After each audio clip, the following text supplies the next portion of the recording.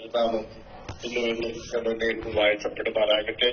തുടർന്ന് എല്ലാ പ്രിയപ്പെട്ടവരെയും ഓർത്ത കർത്താവിനെ സ്തുതിക്കുകയും ഓരോരുത്തർക്കും യേശു ക്രിസ്തുവിന്റെ പരിശുദ്ധ നാമത്തിലുള്ള വന്ദനങ്ങൾ അറിയിക്കുകയും ചെയ്യുന്നു. ഇന്ന് നമുക്ക് ഒരുമിച്ച് കർത്താവിന്റെ സ്ഥലത്തിന് കൂടുതൽ വേണ്ടിക്കും കർത്താവ് നൽകിയ ഈ നല്ല അവസരത്തിനായി സ്തോത്രം. ജയിച്ചിരിക്കുന്ന വ്യക്തികളെ ഓർത്ത് കർത്താവിനെ സ്തുതിക്കുന്നു. സ്തോത്രം. ദൈവവചനത്തോടുള്ള പ്രതിബദ്ധിയും താല്പര്യവും നമ്മുടെ ഇടയിൽ ഉണ്ടാകേണ്ടതിനായി വിധേയം ദിവസത്തിൽ പ്രാർത്ഥിക്കുകയും സ്തോത്രം അതിനായി ഉത്സാഹിപ്പിക്കുകയും ചെയ്യുവാൻ കർത്താവ് നൽകട്ടെ. സ്തോത്രം. നമ്മള് വെളിപ്പാട് പുസ്തകം ചിന്തിച്ചു വരുന്നത് കഴിഞ്ഞയാഴ്ച നമ്മൾ 4-ാമത്തെ അധ്യായം വെളിപ്പാട് പുസ്തകം 4-ാമത്തെ അധ്യായം ചുരുക്കമായിട്ട് ചിന്തിച്ചു. നമ്മള് ഇതൊക്കെ കോംപ്രിഹെൻസീവായിട്ട് എല്ലാം അത് കൂലങ്കഷമായിട്ട് സമഗ്രമായിട്ട് പഠിച്ചു എന്ന് നമുക്ക് അവകാശപ്പെടാൻ കഴിയില്ല. സ്തോത്രം. നമ്മുടെ ഒന്നാമത് അണ്ടർസ്റ്റാൻഡിങ്ങിന് പരിമിതിയുണ്ട്. ഇത് സംബന്ധമായിട്ട് തിയോളജിയൻസ് എന്ന് പറയുന്നത് ഒത്തിരി തിയറീസാണ്. എന്നാൽ അതിൽ നമുക്ക് സ്വീകാര്യവും ഏറ്റവും യോഗ്യവുമായ ആശയങ്ങൾ നിങ്ങളുമായിട്ട് പങ്കുവയ്ക്കുവാനാണ് ഞാൻ കർത്താവിൽ ശരണപ്പെടുന്നത്. അതിനാണ് ഞാൻ ഉത്സാഹിക്കുന്നത്. സ്തോത്രം. കർത്താവിനെ സഹായിക്കട്ടെ. ഞാൻ പറയുന്നത് സംബന്ധമായ വിഷയങ്ങൾ ആവശ്യമുണ്ടെങ്കിൽ നിങ്ങൾക്ക് തീർച്ചയായും ചോദിക്കാൻ അവകാശമുണ്ട്. എപ്പോഴും ഓർമ്മിക്കുന്നു. സ്തോത്രം. ഇനി നമുക്ക് അതിന്റെ 5-ാമത്തെ അധ്യായത്തിലേക്ക് നമ്മുടെ ശ്രദ്ധ തിരിക്കാം. 4-ാമത്തെ അധ്യായം നമ്മൾ ചുരുക്കമായിട്ട് ചിന്തിച്ചല്ലോ. 4-ാമത്തെ അധ്യായം തീരുമ്പോൾ സ്തോത്രം 4-ാമത്തെ അധ്യായത്തിൽ സ്വർഗീയ സിംഹാസനത്തിന്റെ ഒരു ചിത്രമാണ് കാണുന്നത്. സ്വർഗീയ സിംഹാസനത്തിന്റെ ചിത്രം നമ്മള് നടന്നു പോകരുത്. ഞാൻ പ്രത്യേകം ഓർപ്പിച്ചു. ദൈവം ഒരു സിംഹാസനത്തിലോ ഒരു സ്ഥലത്തോ അല്ലെങ്കിൽ ഒരു പ്രത്യേക രൂപത്തിലോ സീമിതനല്ല. But is not limited to a particular place or a figure or a throne or a place like that. ഒരു സ്ഥലത്ത് പരിമിതനല്ല. എന്നാൽ അതാണ് ചിലവർ തന്റെ ആലയ പ്രതിഷ്ഠാപനാർത്ഥത്തിൽ പ്രാർത്ഥിച്ചപ്പോൾ നീ സ്വർഗത്തിലും അടങ്ങാത്തവനല്ലോ. പക്ഷെ അതേസമയത്ത് പിന്നെയും പറയുകയാണ്, അതേ പ്രാർത്ഥന പറയുക നിന്റെ വാസസ്ഥലമായ സ്വർഗത്തിലേക്ക്. അപ്പോൾ സ്തോത്രം. സ്വർഗം എന്ന് പറഞ്ഞാൽ ദൈവത്തിന്റെ സാന്നിധ്യം എല്ലായ്പ്പോഴും സൃഷ്ടികൾക്ക് വേണ്ടി പ്രകടമായി വെളിപ്പെട്ടിരിക്കുന്ന സ്ഥലമാണ് സ്വർഗം. സ്തോത്രം. അല്ലാതെ ദൈവം സ്വർഗത്തിൽ മാത്രം സീമിതനാണ് എന്ന് നമ്മൾ കരുതരുത്.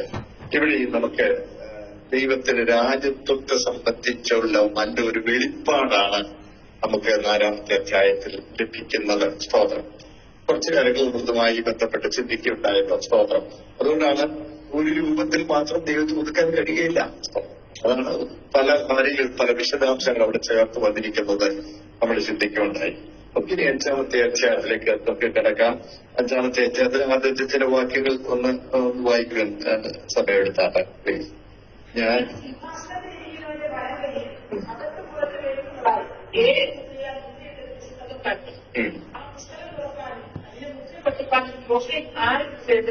അത്യുച്ചത്തിൽ പോസ്റ്റിന് സകല പുസ്തകം തുറക്കാൻ നോക്കുവാനും സ്വന്തത്തിൽ കൂടിയിടും ആർക്കും കഴിയില്ല.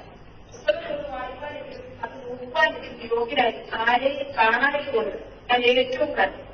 അപ്പോൾ മുമ്പന്മാരുടെ കരയുണ്ടാകും. കൂട്ടബോധത്തിന്റെ സിംഹവും ദാരിദ്ര്യത്തിന് ഏതുമായി പുസ്തകവും അത് ഏത് ഉത്തേക്ക് നോക്കാൻ തക്കവണ്ണം ജയം ദാനിച്ചിരിക്കുന്നു പറഞ്ഞു. ഞാൻ സിദ്ധാന്തത്തിന്റെ ജീവിതത്തെ കണ്ടു. മുമ്പന്മാരുടെ കുഞ്ഞാട് അഴുക്കപ്പെട്ടപ്പോൾ നിൽക്കുന്നത് കണ്ടു. അത് 7 സമഭൂമിയിലേക്ക് വച്ചിരിക്കുന്ന 7 ദൈവാത്മാക്കളായ 7 കണ്ടു. അവൻ സിദ്ധാന്തത്തിലിരിക്കുന്ന ഒരു വന്റെ പുസ്തകമാണ്. വാങ്ങിയപ്പോൾ 4 ജീവികൾ 24 മുമ്പന്മാരും ഓരോരുത്തരും ഈടയിൽ ശുദ്ധങ്ങളുടെ സിംഹമക്കൾ തമ്മിൽ സ്വന്തം പിടിച്ചുകൊണ്ട് കുഞ്ഞാടിന് മുമ്പാകരിക്കും. പുസ്തകം കാണുവാനും മറ്റ് മുദ്ര കൊടുക്കാനും യോഗ്യൻ. ഈ അടക്കപ്പെട്ട രക്തങ്ങളും സമബോധത്തിലും ഭാഷയും വംശത്തിലും ജാതിയിലും ഉള്ളവരെ ദൈവത്തിനാൽ ഇടയ്ക്കുവാങ്ങും. ഞങ്ങളുടെ ദൈവത്തെ അവരുടെ രാജ്യം യോഗ്യന്മാരെ മാറ്റി വെച്ചു. അവർ 3 പാട്ടുകൾ പുതിയ പാട്ടുകൾ അവർ പാടുന്നു. ഇതാണ് ഞാനിവിടെ പറഞ്ഞ മറ്റൊരു കാര്യം. വെളിപ്പാട് പുസ്തകത്തെ സംബന്ധിച്ച് പൊതുവായി നമ്മൾ ഉൾക്കൊള്ളേണ്ട ഒരു കാര്യം മറന്നു പോകില്ല. അതായത് അമൂർത്തങ്ങളായ അബ്സ്ട്രാക്ട് ആയിട്ടുള്ള ആശയങ്ങൾ മൂർത്ത രൂപമായി ആവിഷ്കരിച്ചിരിക്കുന്ന ചിത്രങ്ങളാണ് നമുക്ക് ഇതിൽ പ്രധാനമായിട്ട് കാണാൻ കഴിയുന്നത്. ഞാൻ പറയുന്ന ആശയം കിട്ടുന്നുണ്ടോ? അബ്സ്ട്രാക്ട് ഐഡിയാസിനെ കോൺക്രീറ്റ് ഇമേജസ് ആയിട്ട് ചിത്രീകരിച്ചിരിക്കുക. അമൂർത്തങ്ങളായ ആശയങ്ങളെ മൂർത്ത രൂപങ്ങളും ഓരോ പ്രവൃത്തികളും ഒക്കെ ആയിട്ട് അങ്ങനെ അവതരിപ്പിച്ചിരിക്കുന്ന പുസ്തകമാണ് സ്തോത്രം. ദൈവത്തിന്റെ അനാദിലെ നിർണയം, അതിന്റെ നിവൃത്തിയിലെ പ്രധാന നാഴികക്കല്ലുകളാണ് പ്രധാനമായിട്ടും ദൃശ്യാവിഷ്കാരങ്ങളായി, നല്ല വാക്കാണ്, ദൃശ്യ ആവിഷ്കാരങ്ങളായി ചിത്രീകരിച്ചിരിക്കുന്നതാണ് നമുക്ക് വെളിപ്പാട് പുസ്തകത്തിൽ കാണാനായിട്ട് കഴിയുന്നത്. അതിൽ ക്രോണോളജിക്കൽ ഓർഡർ, അതായത് കാലക്രമം പോലും ഉപയോഗിച്ചിട്ടില്ല, പിന്തുടർന്നിട്ടില്ല. അതാണ് നമുക്കറിയാമല്ലോ, മനുഷ്യ സൃഷ്ടിപ്പിന് മുമ്പ് സംഭവിച്ച ലൂസിഫറിന്റെ വീഴ്ചയൊക്കെ പിന്നെയാണ് വെളിപ്പാട് പുസ്തകത്തിൽ കാണാനായിട്ട് കഴിയുന്നത്. അതിന്റെ ചിത്രീകരണം നമുക്ക് കാണാൻ കഴിയുന്നു. ഒരു ക്രോണോളജിക്കൽ ഓർഡർ അല്ലെങ്കിൽ കാലാനുക്രമമായിട്ട് പോലുമല്ല ചിത്രീകരിച്ചിരിക്കുന്നത്. അപ്പോൾ ദൃശ്യാവിഷ്കാരങ്ങൾ വേണമെങ്കിൽ അതിനെക്കുറിച്ച് ഈ പരിമിതിയുണ്ട്. നമ്മുടെ ഭൗമലോകത്തിലെ വാക്കുകൾ ഉപയോഗിച്ച് ആത്മലോകത്തിലെ കാര്യങ്ങൾ പറയുന്നതിന് പരിമിതിയുണ്ട്. ടാബ്ലോ എന്നൊക്കെ നമുക്കറിയാമല്ലോ, ടാബ്ലോ അതൊക്കെ പറയുമ്പോ ഒരു ആശയത്തെ ഒരു ദൃശ്യ ആവിഷ്കാരമായി അവതരിപ്പിക്കുക. അങ്ങനെയുള്ള സ്തോത്രം ഒത്തിരി വെളിപ്പാടുകൾ, ദർശനങ്ങൾ, ചിത്രീകരണങ്ങൾ നമുക്ക് കാണാൻ കഴിയും. അങ്ങനെയുള്ള ഒരു ചിത്രീകരണമാണ് നാലാമധ്യായത്തിൽ അത് തന്നെയാണ് സ്തോത്രം. നാലാമധ്യായത്തിൽ ദൈവത്തിന്റെ രാജ്യത്വത്തെക്കുറിച്ചും ദൈവ വെളിപ്പാടിന്റെ വിവിധ വശങ്ങളെ കുറിച്ചുമാണ് അവിടെ ചിത്രീകരിച്ചത്. നമ്മൾ മറക്കരുത്, 4 ജീവികൾ എന്നൊക്കെ പറയുമ്പോൾ യേശുക്രിസ്തുവിന്റെ ആളത്വത്തിലെ 4 വശങ്ങളാണ് അവിടെ ചിത്രീകരിച്ചിരിക്കുന്നത്. സ്തോത്രം. അപ്പോൾ അപ്പൊ ആശയങ്ങൾ 24 മുപ്പന്മാരാണെന്നുള്ളതിനെ കുറിച്ചൊക്കെ നമ്മൾ ചിന്തിക്കുകയുണ്ടായി. സ്തോത്രം. പിന്നെ 4 ജീവികൾ അത് നമ്മൾ ചിന്തിക്കും. ഞാൻ പറഞ്ഞു വരുന്നത് ഈ 4ാം അധ്യായത്തിൽ തന്നെയും ആശയങ്ങൾ ദൃശ്യാവിഷ്കാരമായിട്ട് അവതരിപ്പിച്ചിരിക്കുക. ഈ 5ാം അധ്യായത്തിൽ അത് തന്നെയാണ് ഒരു ദൃശ്യാവിഷ്കാരമായി ഒരു വലിയ സംഭവത്തെ, ഒരു വലിയ ദൈവ പ്രവൃത്തിയെ ചിത്രീകരിച്ചിരിക്കുന്ന നമുക്കിവിടെ കാണാനായിട്ട് കഴിയുന്നത്. സ്തോത്രം. സിംഹാസനസ്ഥനായ ദൈവസിംഹാസനത്തിൽ ഇരിക്കുകയാണ്. ആ സിംഹാസനത്തിൽ ഇരിക്കുന്നവന്റെ വലൻ കയ്യിൽ പിന്നെ അകത്തും പുറത്തും എഴുത്തുള്ളതായി 7 മുദ്രയാൽ മുദ്രയിട്ട ഒരു പുസ്തകം. സ്തോത്രം. അങ്ങനെ ഈ മുദ്രയിട്ടിരിക്കുന്ന പുസ്തകം അതെന്താണ്? ഇവിടെ പറഞ്ഞിരിക്കുന്ന ആശയം എന്താണ്? അതിനെക്കുറിച്ച് പല ആശയങ്ങൾ പല ചിന്തകന്മാർ പറയുന്നുണ്ട്. പറയുന്ന ഒരു ആശയം ചിലർ പറയുന്നത് യെഹെസ്കേൽ പ്രവാചകന്റെ പുസ്തകം അതിന്റെ 2ാമത്തെ അധ്യായം 9, 10 വാക്യങ്ങൾ വായിക്കുമ്പോൾ അവിടെ മുദ്രയിട്ട ഒരു ചുരുളിന്റെ കാര്യം നോക്കുകയാണെങ്കിൽ എടുത്തിട്ടൊന്ന് വായിച്ചേക്കാമോ? യെഹെസ്കേൽ പ്രവാചകന്റെ പുസ്തകം 2ാമത്തെ അധ്യായം അതിന്റെ 9, 10 വാക്യങ്ങൾ.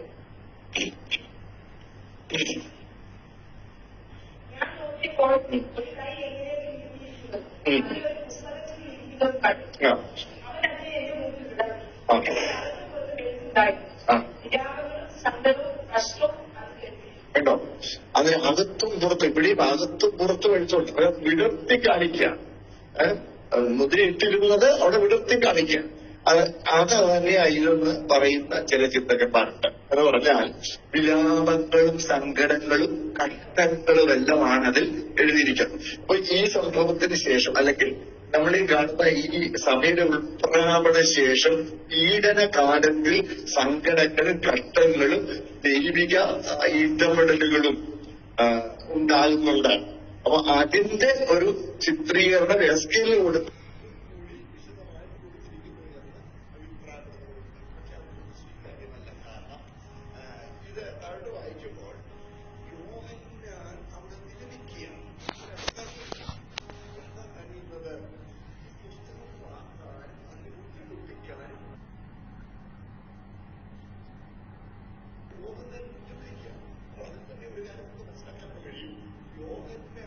വ്യക്തിപരമായി ബാധിക്കുന്ന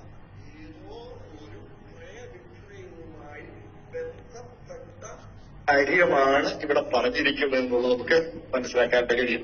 കാര്യം യോഹന്നാനോട് കരയണമെന്നുണ്ടെങ്കിൽ യോഹന്നാനെ വ്യക്തിപരമായി ബാധിക്കുന്ന എന്തെങ്കിലും ഒരു കാര്യമാണെങ്കിൽ മാത്രമല്ലേ അതിനെ ആവശ്യമുള്ളൂ. സ്തോത്രം. അപ്പൊ യോഹന്നാനെ വ്യക്തിപരമായി ബാധിക്കുന്ന എന്തോ ഒരു ക്രയവിക്രയം, ട്രാൻസാക്ഷൻ, അതാണ് അവിടെ ചിത്രീകരിക്കപ്പെട്ടിരിക്കുന്നത്. നമുക്ക് പൊതുവെ ആദ്യം നമുക്ക് അത്രയും ഒരാശയം നമുക്ക് കിട്ടുന്നുണ്ട്. ഇനി മറ്റൊരു ആശയം കൂടി, അതായത് ഈ ദൈവത്തിന്റെ വചനത്തിൽ പ്രത്യേകിച്ച് പ്രചരണമൊന്നൊരു ആധാരം എഴുതുക മീൻസ് അറിയാമല്ലോ, ഡോക്യുമെന്റുകൾ ഉണ്ടാക്കി കൈമാറുന്ന രീതി. അത് ബൈബിളിലാണ് പ്രധാനമായിട്ട്. നമുക്ക് ശരിക്കും പറഞ്ഞാൽ ഇന്ന് നമ്മൾ വീട്ടിൽ നമ്മൾ ആധാരം എടുത്ത് നോക്കിയാൽ ബൈബിളിലാണ് അതിന്റെ നക്കൽ രൂപം കാണുക. അതിന്റെ ഫോർമാറ്റ് ബൈബിളിൽ നിന്നാണ്. അറിയാമല്ലോ, 4 പറഞ്ഞ് 2 സാക്ഷിയും വെച്ച് അങ്ങനെയാണ് നമ്മൾ ആധാരം എഴുതുന്നത്. നമ്മൾ സാറിന് ഈ സാക്ഷി വെക്കുന്നതെന്നൊക്കെ പറയുമ്പോ അന്നേരം അവിടെ കാണുന്ന ആർക്കെങ്കിലും 100 രൂപ കൊടുത്ത് സാക്ഷി വെക്കുക അങ്ങനെയൊക്കെയാ ചെയ്യുന്നതെങ്കിലും, പക്ഷെ അത് ഭയങ്കര പ്രധാനപ്പെട്ട നടപടിയാണ്. പ്രത്യേകിച്ച് ഈ അരുണാചൽ പ്രദേശ് പോലുള്ള സ്ഥലങ്ങളിൽ നമുക്ക് അവിടെ സ്ഥലം പൂർണ്ണമായിട്ട് മേടിക്കാനുള്ള അവകാശമില്ല. അവിടെ പിന്നെ സാക്ഷികളുടെ ഉറപ്പിന്മേലാണ് ഈ ട്രാൻസാക്ഷൻസ് നടക്കുന്നത്. അപ്പൊ സാക്ഷി എന്ന് പറഞ്ഞാൽ അത് വളരെ വാലിഡ് ആയിട്ടുള്ള ഒരു നടപടിയാണ് സാക്ഷികളുടെ. അപ്പൊ ഈ 4 അതിരും പറഞ്ഞ് 2 സാക്ഷിയും വെച്ച് ആധാരങ്ങൾ ഉണ്ടാക്കുന്നത് ബൈബിളിൽ കാണുന്നത്.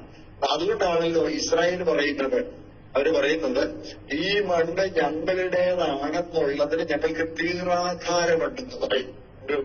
എന്നിട്ട് ഒരു കാര്യം കൂടെ അവർ പറയുന്നുണ്ട്, ഞങ്ങളുടെ തീരാധാരത്തിന്റെ കോപ്പി ലോകത്തിലെ ഭൂരിപക്ഷം വീടുകളിലുമുണ്ട് എന്ന് പറഞ്ഞാൽ ഫലസ്തീൻ നാട് വാഗ്ദത്ത കനാൻ നാട് ദൈവം അവർക്ക് ശാശ്വതാവകാശമായി കൊടുത്തപ്പോൾ 4 പറഞ്ഞ് 2 സാക്ഷി, അവിടുത്തെ സാക്ഷിയാണെങ്കിൽ ആകാശത്തെയും ഭൂമിയെ സാക്ഷിയാക്കി ഒരു എക്സ്ട്രാ ഗ്യാരണ്ടി കൂടെ അവിടെ ഉണ്ട്. തന്റെ വിശുദ്ധിയെ ചൊല്ലി സത്യം ചെയ്ത് അത് ആധാരം എഴുതി അവര് ഉടമസ്ഥനായ ദൈവം ഞങ്ങൾക്ക് വന്നിരിക്കുകയാണ് അവർ പറയും. അപ്പോൾ ഞാൻ പറഞ്ഞു വരുന്നത്, ഇന്ന് നമ്മൾ ആധാരം എഴുതുന്നത് തിരുവെഴുത്തിൽ കാണുന്ന ആ ഫോർമാറ്റ്, ആ നക്കൽ രൂപം അനുസരിച്ച് മാത്രമാണ്. സ്തോത്രം. ഇനി പ്രാചീന ഇസ്രായേലിൽ ഇങ്ങനെ ക്രയവിക്രയങ്ങൾ നടക്കുന്നതിന് ആധാരങ്ങൾ തയ്യാറാക്കുന്ന രീതി ഉണ്ടായിരുന്നു നമുക്ക് കാണാൻ കഴിയും. നമുക്ക് വിശദമായിട്ട് അതിനെക്കുറിച്ചൊരു ചിത്രീകരണം യിരെമ്യാവിന്റെ പുസ്തകം 32-ാമത്തെ അധ്യായത്തിൽ നമുക്ക് കാണാൻ കഴിയും. അന്നത്തെ നടപടിക്രമങ്ങൾ അവിടെ വിശദമായിട്ട് എണ്ണിയിരിക്കുന്നത് നമുക്ക് കാണാനായിട്ട് കഴിയും. യിരെമ്യാവിന്റെ പുസ്തകം 32-ാമത്തെ അധ്യായം മുതൽത്താണ്. സ്തോത്രം. അതായത് യിരെമ്യാ പ്രവാചകൻ ഒരർത്ഥത്തിൽ പറഞ്ഞാൽ ഈ പ്രവാചകന്മാരൊക്കെ ഭയങ്കര കഷ്ടങ്ങളിൽ കൂടെയാണ് കടന്നുപോയത്. ഭയങ്കര കഷ്ടപ്പെട്ടു. ഞാൻ പശ്ചാത്തലം ഒന്ന് പറഞ്ഞേച്ച് ചില വാക്കുകൾ വായിപ്പിക്കുക, കാരണം മുഴുവൻ വായിക്കേണ്ട നേരം കൂടുതൽ. അതായത് പ്രവാചകരൊക്കെ ഭയങ്കരമായ കഷ്ടപ്പെടുകയാണ്. ഈ യെശയ്യാവിനെയൊക്കെ ഒരു വെളിപ്പാട് പ്രാപിച്ച ഭക്തന, അതേ രാജകുടുംബത്തിൽപ്പെട്ടവരായിരുന്നു, പുരോഹിതരായിരുന്നു, പല നിലകളിൽ ഉന്നത പദവികളിലുള്ള ശ്രേഷ്ഠനായ ഒരു ദൈവദാസനായിരുന്നു. അദ്ദേഹത്തിന്റെ അന്ത്യത്തെ കുറിച്ച് പറയുന്നത് താടി കൊണ്ടുള്ള ഈർച്ചവാല കൊണ്ട് അടുത്തുകൊണ്ടെന്ന ചരിത്രം പറയുന്നു. അത്ര കഷ്ടങ്ങൾ മാത്രമാണോ എന്തൊക്കെ അനുഭവിക്കേണ്ടി വന്നു. 20-ാം അധ്യായത്തിൽ വായിക്കുമ്പോൾ നമ്മൾ പേടിച്ചു പോകും. മീൻസ് ദൈവം അവരോട് പറഞ്ഞു, നീ പോയി ഇതിന്റെ കാര്യം തിരുപ്പ് ഊരി അരക്കച്ചേലൻ അഴിക്കിച്ച് നഗ്നാവ് നടക്കാം. 3 സംവത്സരം യെശയ്യാവ് നഗ്നനായി ചെരുപ്പിടാതെ നടന്നു. എന്താ കാര്യം? നിങ്ങൾ ഇതുപോലെ നഗ്നരായി ചെരുപ്പിടാതെ ആസനം മറയ്ക്കാത്തവരായും നിങ്ങൾ അടിമത്വത്തിലേക്ക് പോകേണ്ടി വരും. ആ സമയത്ത് കഷ്ടമാണ്. നമുക്കറിയാമല്ലോ, എസ്കേനോട് പറയുമ്പോഴാണെങ്കിൽ അതിനേക്കാം. എസ്കേനോട് പറയുമ്പോൾ മനുഷ്യ പാലം ഉണങ്ങിയത് കത്തിച്ച് ദൈവമേനോട് കണ്ണ വന്ന് പിന്നെ ഒരു കാര്യം, അളന്നെടുത്ത ധാന്യങ്ങളെല്ലാം കൂടി ആ പ്രത്യേക അളവിൽ ഒടിച്ച് ഇത് പിന്നെ പറഞ്ഞാൽ ശരി ശരി ചാണകം ഉപയോഗിച്ചോളാം. ചാണകം കത്തിച്ച് ആ അളന്ന അളവിൽ പ്രകാരം പാത്രം വെള്ളവും രീതിയിലൊരു അംശം നമ്മളെ അത്ര അളന്ന്. എന്തിനാ ഇത് പ്രവാചകനെ കൊണ്ട് ജയിക്കുന്നത്? പ്രവാചകനെ കൊണ്ട് ജയിക്കുന്നതെന്ന് ചോദിച്ചാൽ നിങ്ങളിങ്ങനെ കഷ്ടം അനുഭവിക്കേണ്ടി വരുമെന്ന് പറയാം. അതേകളൊക്കെ ചിലപ്പോ സങ്കടം തോന്നി ഒരു ദിവസം ദൈവം അനുസരിക്കുക.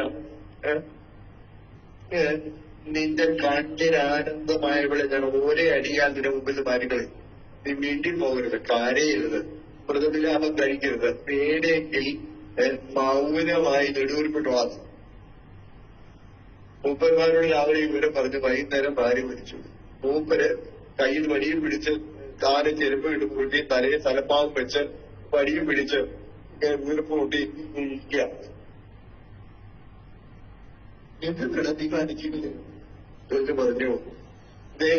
നിങ്ങൾ ഏറ്റവും അടുത്തയാൾ മരിക്കുമ്പോൾ നിങ്ങൾ ഇങ്ങനെ ചെയ്യേണ്ടി വരും. നിങ്ങൾ ജീവനെ രക്ഷിക്കാൻ നിങ്ങൾ പോകേണ്ടി വരും. ഇങ്ങനെയുള്ള അനുഭവങ്ങളിൽ കൂടെ കടന്നു പോവുകയാണ്. ഇരമ്യാവിന്റെ കാര്യം അങ്ങനെ ഇരമ്യാവ് ഒരിക്കൽ ഭയങ്കര പരാതി പറയുന്നത് കാണാറ്. യോവേ, നീ എന്നെ സമ്മതിപ്പിക്കില്ല, സമ്മതിച്ചു പോവുകയും ചെയ്തു. നിന്റെ നാമം എനിക്ക് നിരന്തരം നിന്ദയ്ക്ക് ചെയ്തു പോകുന്നു എന്ന് പറഞ്ഞ് ഭയങ്കര പരാതി പറയുക. എന്ന് ഞാൻ വീട്ടുകാരിൽ അതെന്റെ അന്തരംഗത്തിൽ അടക്കം ചെയ്തതിന്റെ അസ്ഥികളിൽ അടയ്ക്കപ്പെട്ടിട്ട് ഉള്ളിൽ തീ കത്തുന്നത് പോലെയാണ്. ഇങ്ങനെയൊക്കെ അപ്പോൾ ചിലപ്പോഴൊക്കെ ഇരമ്യാവിന് ജനത്തിന് ഇഷ്ടമില്ലാത്ത കാര്യം പറയേണ്ടി വരും. സിദെക്കീയ രാജാവിന്റെ കർമ്മത്തെ നീ ബാബേലിൽ ചെന്ന് ബാബേലിൽ അടിമയായി പോകേണ്ടി വരും.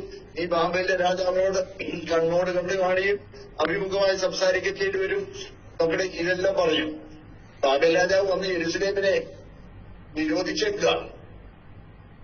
ബാബേൽ രാജാവ് വന്ന് യെരൂശലേം നിരോധിച്ചിരിക്കുമ്പോഴാണ് പ്രവാചകൻ പറയുന്നത്, നിങ്ങൾ യുദ്ധം ചെയ്താലും ഒരു ഫലവുമില്ല, യുദ്ധം ചെയ്താലും ഒരു ഫലവുമില്ല, നിങ്ങൾ അടിമകളായി പോകേണ്ടി വരും.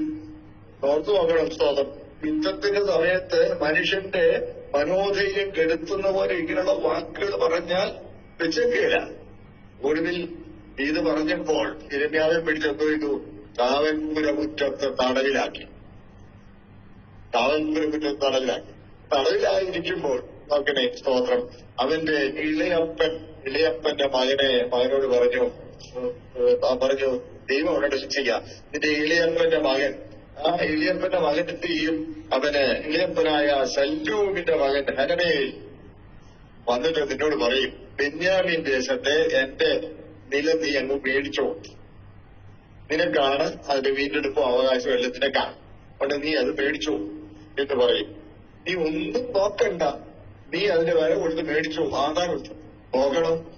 അന്യദേശത്ത് എന്ന ബാബേൽ സൈന്യം വന്ന് യെരൂശലേമിനെ നിരോധിച്ചിരിക്കുക. ദൈവം അവരോട് പറഞ്ഞേക്കുക, എന്താ പറഞ്ഞേക്കുക? അടിമകളായി പോകും, ഈ ദേശം ബാബേലാഗ്രഹയിൽ ഏൽപ്പിക്കപ്പെടുമെന്ന് പറയുമ്പോ ഇവിടെ സ്ഥലം മേടിക്കും. ചിന്തിക്കാൻ കഴിയും. എന്റെ മോശത്താ എന്തിനാ അവരെ അങ്ങോട്ട് അംഗീകരിക്കുന്നതെന്ന് അറിയാം. ഇതുപോലെ നിങ്ങൾ ഇപ്പൊ ഇങ്ങനെയാണെങ്കിലും നിങ്ങൾ ഈ നാട്ടിൽ വസ്തുക്കളുടെ ക്രയവിക്രയം ചെയ്യും എന്നുള്ള സത്യം അവരെ ഓർപ്പിക്കാൻ വേണ്ടിയാണ്. അങ്ങനെ കാവൽപുരമുറ്റത്ത് അവൻ അടയ്ക്കപ്പെട്ടിരിക്കുമ്പോൾ ഇളയപ്പനായ ശല്ലൂമിന്റെ മകൻ ഹനമേൽ വന്നു. പറഞ്ഞ പോലെ പറഞ്ഞു, ബെന്യാമീൻ ദേശത്ത് അനാഥോത്തിൽ എനിക്ക് സ്ഥലമുണ്ടല്ലോ, അത് ഞാൻ വിൽക്കുക, നീയാണ് അവകാശി, നീ അങ്ങ് മേടിച്ചോളാം. അപ്പൊ ഓൾറെഡി നീ ഉള്ളടിച്ചു കഴിഞ്ഞിരിക്കല്ലേ, അതുകൊണ്ട് 17 ശേക്കൽ വെള്ളി തൂക്കിക്കൊടുത്ത് ആധാരം എഴുതി സാക്ഷികളെ വെച്ചു. സാക്ഷികളെ വെച്ചിട്ട് എന്റെ ഇത്രയും പശ്ചാത്തലം മനസ്സിൽ വെച്ചോണ്ട് വായിച്ചോളൂ. അതിന് 14 വാക്യം വായിച്ചു, അതിന്റെ 10 കൊല്ലം വായിച്ചോളൂ, അതിന്റെ 9 വരെയും വായിച്ചു, 38 9 മുതൽ. അങ്ങനെ ഞാൻ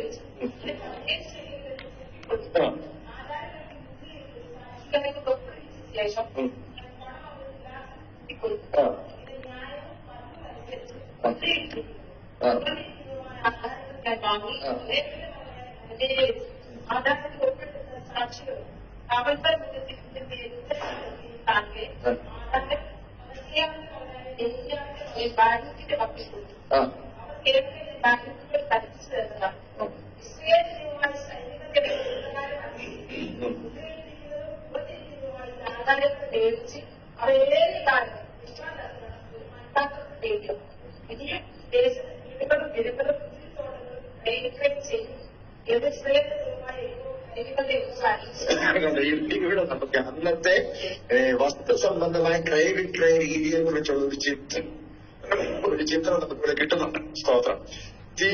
അതായത് ഒരാധാരമെഴുതും, സാക്ഷികളെ വെക്കും. പണം സാക്ഷികളെ സാഹിത്യത്തിൽ തൂക്കിക്കൊടുക്കും, ഒപ്പിട്ടിരുന്നുണ്ടല്ലേ, കൈയൊപ്പിട്ട് ആധാരം എഴുതി കൊടുക്കാം. അപ്പോൾ ഇത് എഴുതി കൊടുക്കുമ്പോൾ 2 കോപ്പി ഉണ്ടാകും. ഒന്ന് മുദ്രയിലും മറ്റത് തുറന്നിരിക്കും.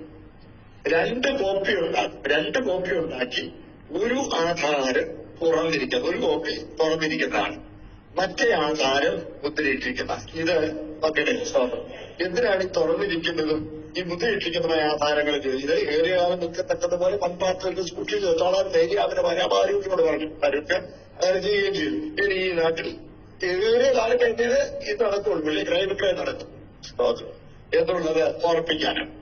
അപ്പൊ ഈ മുദ്രയിട്ടിരിക്കുന്നതും മുദ്രയിട്ടിരുന്ന ആധാരങ്ങൾ തുറന്നിരിക്കുന്നതും മുദ്രയിട്ടിരിക്കുന്നതായ ആധാരങ്ങൾ 2 കോപ്പി ഉണ്ടാക്കുന്നതിന് കാരണം എന്തെങ്കിലും ഈ സ്ഥലം മറ്റാരെങ്കിലും വാങ്ങിക്കാൻ മുതിർന്ന അല്ലെങ്കിൽ അതിനൊരു ആവശ്യം വന്നാൽ ഇതിനകത്ത് ഈ ആധാരത്തിലെ വ്യവസ്ഥകൾ എന്തൊക്കെയാണെന്നുള്ളത് ആ വ്യക്തി അറിയണം.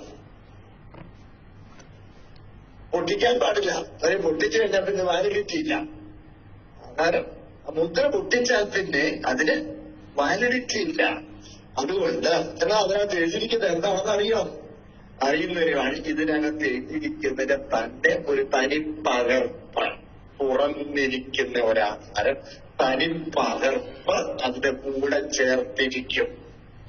ആ തനിപ്പകർപ്പ് വായിച്ചു നോക്കിയാൽ നമുക്ക് മനസ്സിലാകും എന്തൊക്കെയാണ് ഇതിനകത്ത് വ്യവസ്ഥ, ഇതിനെല്ലാ വില വേണം, എന്തോ ചെയ്യണം. ഇതിനകത്ത് നമ്മള് വസ്തു മേടിക്കുമ്പോൾ മുന്നാധാരങ്ങൾ നോക്കിയേ, ഒന്നല്ല 2 ഇല്ലേ സ്വാധീനം. ഏതെങ്കിലും കാലത്ത് HUF വണ്ടിപാട് പാമ്പിടുവാണെങ്കിൽ അന്ന് ഉദരത്തിലുണ്ടാകുന്ന കുഞ്ഞ് പിന്നെ ജനിച്ചു വന്നാൽ മതി എന്ത് ചെയ്യും, അവൻ അവകാശപ്പെടുത്തുന്ന. അപ്പൊ നമ്മള് പറഞ്ഞ 2 ആധാരങ്ങൾ നോക്കും. 1-2 ആധാരങ്ങൾ നോക്കിയിട്ടേ നമ്മള് ഈ ക്രയം ചെയ്യാറുള്ളൂ, വാങ്ങിക്കാറുള്ളല്ലോ. പ്രിയമക്കളെ, ഇതുപോലെ സ്തോത്രം ഈ ആധാരത്തിൽ എഴുതിയിരിക്കുന്നത് എന്താണെന്നുള്ളത് അറിയാൻ, ഈ ആധാരത്തിൽ ഇരിക്കുന്ന എന്താണെന്നുള്ളത് അറിയാനായി നമ്മൾ ഈ മുന്നേ ആധാരം വായിച്ചു നോക്കുന്നത് പോലെ ഇതിലെഴുതിയിരിക്കുന്നത് എന്താണെന്നുള്ളത് അറിയാനായി സ്തോത്രം ഈ തുറന്നിരിക്കുന്ന ആധാരം സഹായകരമാകും. ഈ തുറന്നിരിക്കുന്ന ആധാരം അതിനുവേണ്ടിയാണ് തുറന്നിരിക്കുന്ന കോപ്പി, മറ്റേ ആധാരം മുദ്രയിട്ടതാണ്. അപ്പോൾ ഈ തുറന്നിരിക്കുന്ന കോപ്പി നോക്കി ഇത് വാങ്ങിക്കാൻ ഉള്ള വ്യവസ്ഥ എന്താണെന്നുള്ളത് മനസ്സിലാക്കിയിട്ട് അവൻ അതിന് ശേഷിയുണ്ടോ എന്ന് അവൻ സ്വയം വിലയിരുത്തും. സ്വയം വിലയിരുത്തിയിട്ട് ഇത്രയേ ഉള്ളൂ, 5 കോടി എന്നോട് പറഞ്ഞാൽ മനസ്സിലായില്ലേ ഇഷ്ടം, നമ്മുടെ കയ്യിലില്ല, നമുക്കതിനുള്ള ശേഷിയില്ല. ഇത് ഈ സ്ഥലം കൈവശമാക്കാനായി അല്ലെങ്കിൽ ഇത് മീൻസ് അന്യാധീനപ്പെട്ടു പോയിരിക്കുന്ന ഇടത്തു നിന്ന് മോചിപ്പിച്ചെടുക്കാനായി എന്ത് വില ഞാൻ കൊടുക്കേണ്ടി വരും, എന്തൊക്കെയാണ് അതിന്റെ വ്യവസ്ഥ എന്നുള്ളത് ഈ തുറന്നിരിക്കുന്ന ആധാരത്തിൽ നിന്ന് മനസ്സിലാക്കാൻ കഴിയും. അതാണ് അപ്പോൾ മുദ്രയിട്ടിരിക്കുന്നത് തുറന്നിരിക്കുന്നതുമായ ആധാരം. ഇവിടെ അപ്പോൾ തുറന്നിരിക്കുന്ന ആധാരത്തിൽ എന്തുണ്ടെന്നുള്ളത് ഇവർക്ക് ഇവിടെ നമുക്ക് മനസ്സിലാക്കി അവിടെ പരസ്യപ്പെടുത്തിയിട്ടുണ്ടാവും. അപ്പോൾ അത് സംബന്ധമായി നല്ല ബോധ്യങ്ങൾ വന്നിട്ട് ഇത് മുദ്ര പൊട്ടിക്കാൻ, കാര്യം മുദ്ര പൊട്ടിക്കാൻ ഇൻവാലിഡാകുക, പിന്നെ പുതിയ ആധാരം ഉണ്ടാകണം. അപ്പോൾ പുതിയ ആധാരം ഉണ്ടാകണമെങ്കിൽ ഈ തുറന്നിരിക്കുന്ന ആധാരത്തിൽ എഴുതിയിരിക്കുന്ന വ്യവസ്ഥ ഇതിന് എന്ത് ചെയ്യണം, പാലിക്കണം. പാലിക്കാൻ ശേഷിയുണ്ടോ എന്നുള്ളത് അവൻ സ്വയം വിലയിരുത്തണം. എന്റെ കൂടെ ഉണ്ടല്ലോ നിങ്ങളുടെ സ്തോത്രം. അപ്പോൾ അങ്ങനെ സ്വയം വിലയിരുത്തുമ്പോൾ ആരുമില്ല ഈ ആധാരം മേടിക്കാൻ, ഇതിനെ മുദ്ര പൊട്ടിക്കാനും. സ്വർഗത്തിലാകട്ടെ ഭൂമിയിലാകട്ടെ, ഭൂമിക്ക് കീഴിൽ അധോലോകങ്ങളിലാകട്ടെ, ത്രിലോകങ്ങളിലും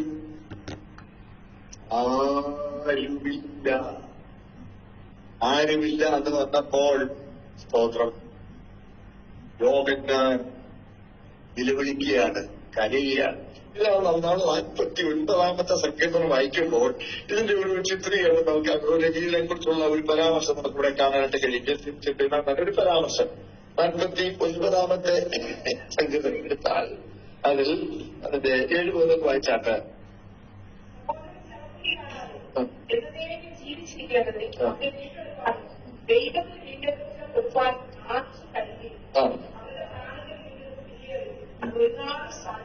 കേട്ടോ വിലപിക്കും.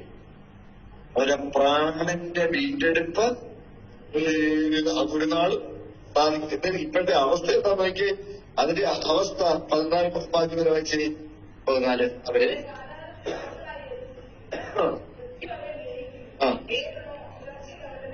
വെച്ചു.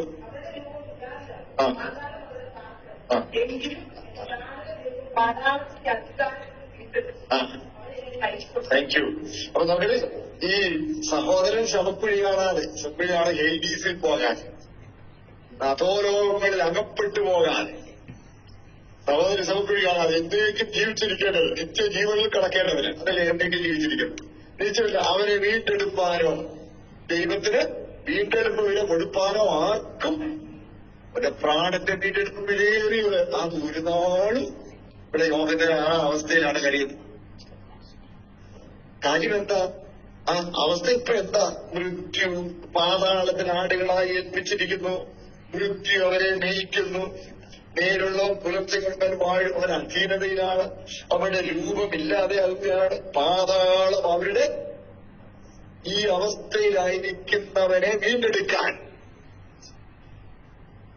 ആരുമില്ല. അത് വിലയേറിയത് അതൊരു നാളും സാധിക്കയില്ല. സ്തോത്രം. ഓക്കെ, അതുകൊണ്ട് ആരും വീണ്ടെടുക്കാനില്ല. അവന്റെ അവസ്ഥയിൽ യോഹന്നാൻ വിലപിക്കുകയാണ്. എങ്കിലും യോഹന്നാൻ വിലപിക്കുമ്പോൾ മൂപ്പന്മാർ ഒരുവൻ കരയേണ്ട, കരയേണ്ട ഒരുവനുണ്ട്. സ്തോത്രം. മകനെ നീ കരയേണ്ട ഒരുവനുണ്ട്. സ്തോത്രം. മകനെ ആരാണ്? അപ്പോൾ മൂപ്പന്മാർ ഗുരുത്തരനോട് കരയേണ്ട, യഹൂദ ഗോത്രത്തിലെ സിംഹവും ദാവീദിന്റെ വേരുമായവൻ പുസ്തകവും അതിൽ 7 മുദ്രയും തുറപ്പാൻ തക്കവണ്ണം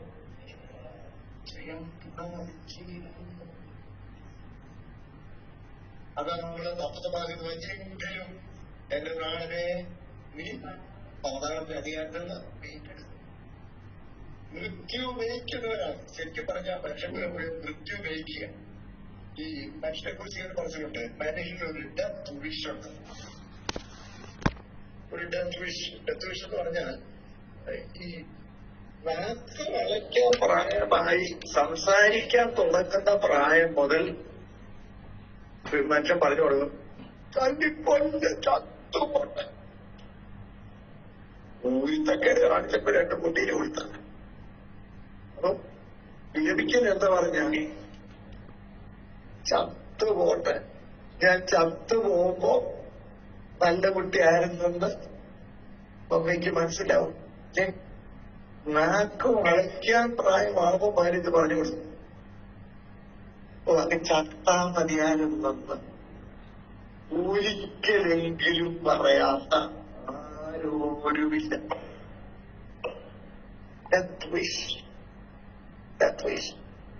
ഈ ഡെത്ത് വിഷെ താലോലിക്കരുത്. അതിന് താലോലിക്കരുത്, അതിനവസരം കൊടുക്കരുത്. ഈ ചിലരൊക്കെ ആത്മഹത്യ ചെയ്തുകൊണ്ടൊക്കെ എടുക്കുമ്പോഴത്തേന് ഇത്തിരി വട്ടം കാണിച്ചെന്നു, എന്തൊരു വട്ടം കാണിച്ചു. ഒരിക്കലും ഈ വൈക്കത്തൊരു ബാങ്ക് ഉദ്യോഗസ്ഥൻ മീൻസ് കുടുംബസഹിതം മാത്രം ചെയ്യുന്നുള്ള പദ്ധതി വായിച്ചു നോക്കി. വർഷങ്ങൾക്ക് മുമ്പാണ്. എന്താ കാര്യം എന്താന്ന് ചോദിച്ചാൽ പല ലോൺ എടുത്തിട്ടുണ്ട്. അപ്പം ശമ്പളത്തിൽ നിന്ന് ലോൺ അടച്ചു പോയി കഴിഞ്ഞാൽ പിന്നെ തുച്ഛമായതേ കിട്ടുള്ളൂ. പക്ഷെ മൊത്തം കടമെല്ലാം കൂടി 40 ലക്ഷം രൂപയുടെ കടമുണ്ട്. താമസിക്കുന്ന വീടിന് 4 കോടി കിട്ടും. 4 കോടി വരെയുള്ള വീട്ടിൽ 40 ലക്ഷം രൂപ കടം കിട്ടാൻ കഴിയല്ലെന്ന് പറഞ്ഞ് കൂട്ടം ആത്മഹത്യ. വട്ടെന്ന് പറഞ്ഞാൽ പോലെ. എന്താണെന്നറിയാമോ? ചിന്തിക്കുകയല്ല. ഈ തത്വേഷങ്ങൾ ആധിപത്യം സ്ഥാപിക്കും. അല്ല, മൃത്യുവരെ പാതാളം അവരുടെ പാർപ്പിടം. പാതാളത്തിന് ആടുകളായി വിൽക്കപ്പെട്ടിരിക്കുന്നു. ഈ അവസ്ഥയിൽ പാപനിമിത്തം മരണത്തിന് അധീനനായി കഴിയുന്ന മനുഷ്യന്റെ വീണ്ടെടുക്കുവാൻ ആ വീട്ടിൽ എന്തുവേണം? പാപരിഹാരം ഉണ്ടാകണം. അതിന് ആരുമില്ല. അതുകൊണ്ടാണ് യോഹന്നാനോട് കാര്യം. അപ്പോൾ മനുഷ്യവർഗത്തിന്റെ വീണ്ടെടുപ്പിന് സ്തോത്രം. ഹല്ലേലൂയ. യേശു കർത്താവ് ജയം പ്രാപിച്ചവനായി വന്നിരിക്കുന്നു എന്നുള്ള ആ വലിയ സത്യം ദൃശ്യാവിഷ്കാരമായി പറഞ്ഞിരിക്കുന്ന സ്തോത്രം. ഹല്ലേലൂയ. വേദഭാഗമാണ് ഈ 5-ാം അധ്യായത്തിന്റെ ആദ്യ ഭാഗം. സ്തോത്രം. നിങ്ങൾ എന്റെ കൂടെ ഉണ്ടെന്ന് വിശ്വസിക്കട്ടെ. സ്തോത്രം. ഇവിടെ അപ്പോൾ ഇരമ്യാവ് 32-ാം അധ്യായത്തിനെ കുറിച്ച് നമ്മൾ വിശദമായിട്ട് വായിക്കുന്നുണ്ട്. സ്തോത്രം. അതായത് തുറന്നിരിക്കുന്ന ആധാരമുണ്ട്. അത് വായിച്ചാൽ അറിയാം മുദ്രയിട്ടിരിക്കുന്നതിനകത്ത് എന്ത്. പക്ഷേ ആരുമില്ല. ഈ തുറന്നിരിക്കുന്ന ആധാരത്തിന്റെ വ്യവസ്ഥകൾ കേട്ടിട്ട്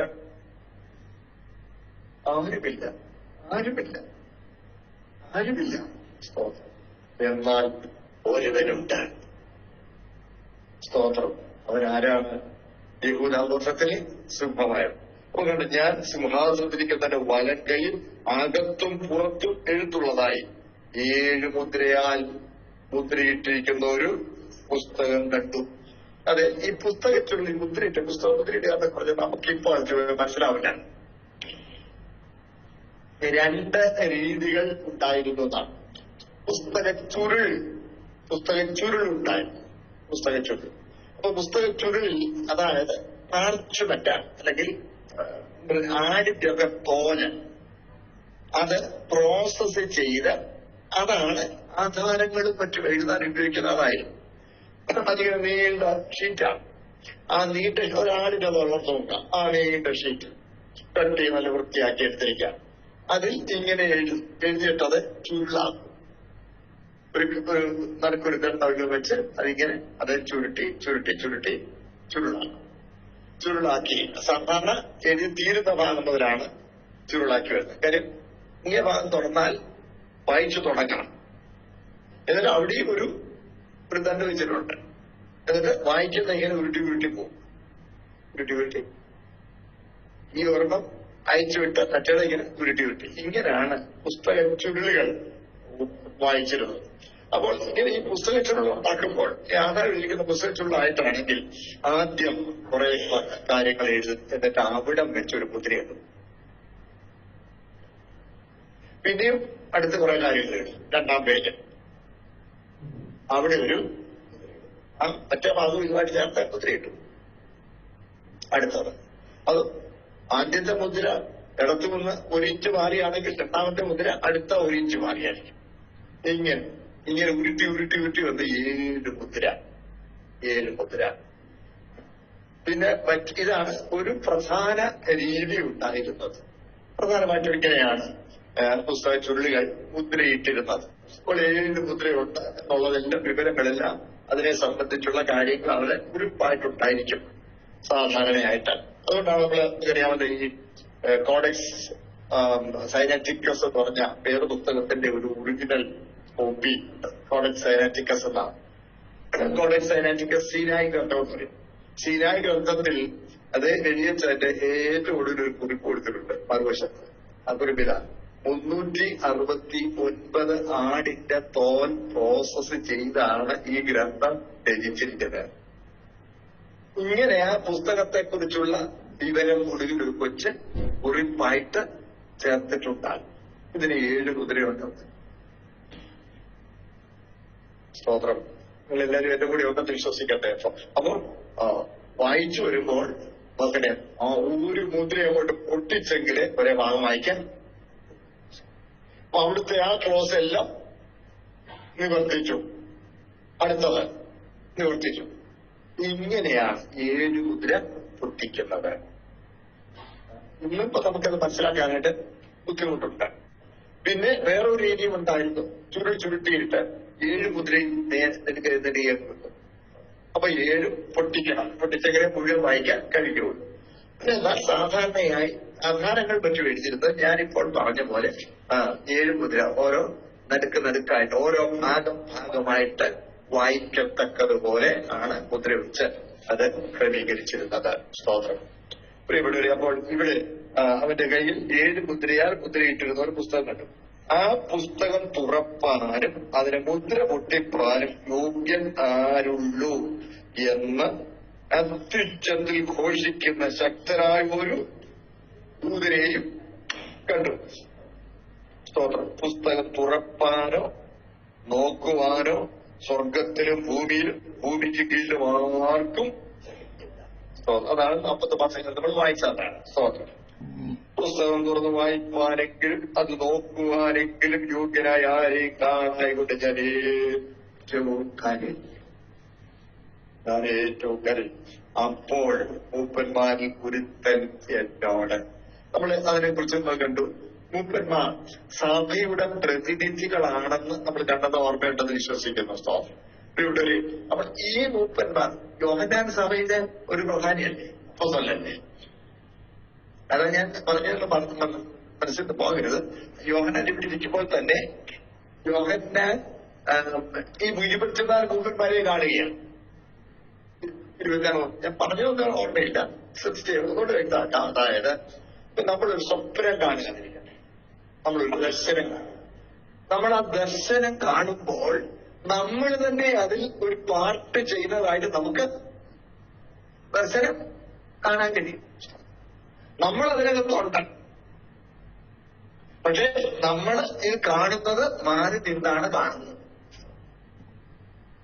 ഇതുപോലെ യോഹന്നാൻ അപ്പസ്തോലൻ പത്മോസിൽ ആത്മനിറവിനായി സ്തോത്രം സ്വർഗീയ ദർശനം കാണുകയാണ്. ആ സ്വർഗീയ ദർശനത്തിൽ ആരുണ്ട്? 24 മൂപ്പന്മാർ.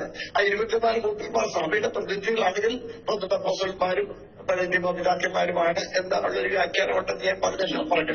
അങ്ങനെയാണെങ്കിൽ ആ കൂടുതൽ ആരുമുണ്ട്? യോഹന്നാനുണ്ട്. അപ്പൊ യോഹന്നാൻ ഇപ്പൊ മാറിയില്ലേ നിൽക്കുന്നത്? അതിനകത്തില്ലല്ലോ. അതിനകത്തിരിക്കുന്നതായിട്ട് നിങ്ങൾ പറയുന്നുണ്ട്. അതെങ്ങനെ ചേരും എന്നൊരു വിമർശനമുണ്ട്. സഹോദര, ഇത് ഒരു ദർശനമാണ്. ഒരു ദർശനമാണ്. ദർശനമായി പറയുമ്പോൾ ആ ദർശനത്തിൽ ഉൾപ്പെട്ടിരിക്കുന്ന ഒരു വ്യക്തി തന്നെ മാറി നിന്നുകൊണ്ട് ആ ദർശനം കാണാൻ കഴിയും. അതാ ഞാൻ ഉദാഹരണം പറഞ്ഞത്. ഒരു സ്വപ്നം കാണുമ്പോൾ നമ്മൾ തന്നെ നമ്മളെ ആരും കാണുകയാണെന്നിരിക്കുന്ന പുസ്തകം എല്ലാവരും കൂടെ ഉണ്ടല്ലോ. പ്രിയപ്പെട്ടവരെ, അതിന്റെ മുമ്പോട്ട് മുമ്പോട്ടെ. സ്തോത്രം.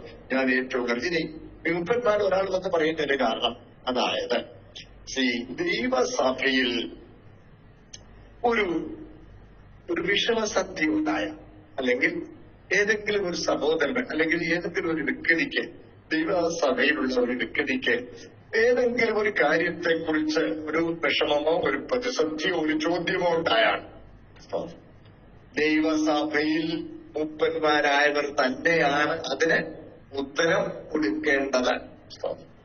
അതുകൊണ്ടാണ് ഈ 24 മൂപ്പന്മാരിൽ ഒരുവൻ സ്തോത്രം യോഹന്നാനോട് പറയുകയാണ്.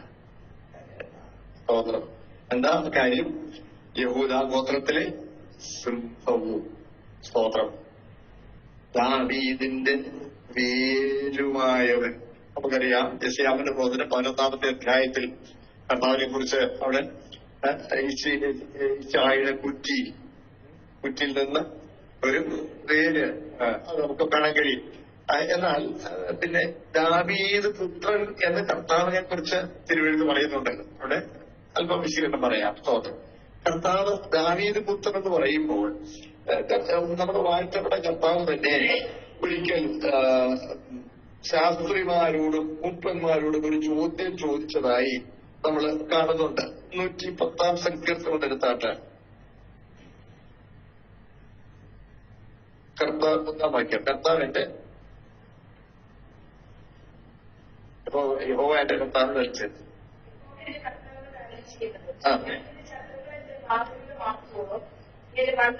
കേട്ടോ, ഈ വാക്യം കർത്താവ് കൊണ്ട് ഉദ്ധരിച്ചിട്ട് കർത്താവ് ചോദിക്കുന്നത് മത്തായി 22 എടുത്തോളൂ. മത്തായി സുവിശേഷം 22-ാം അധ്യായത്തിൽ 41-ാമത്തെ വാക്യം വായിച്ചേ.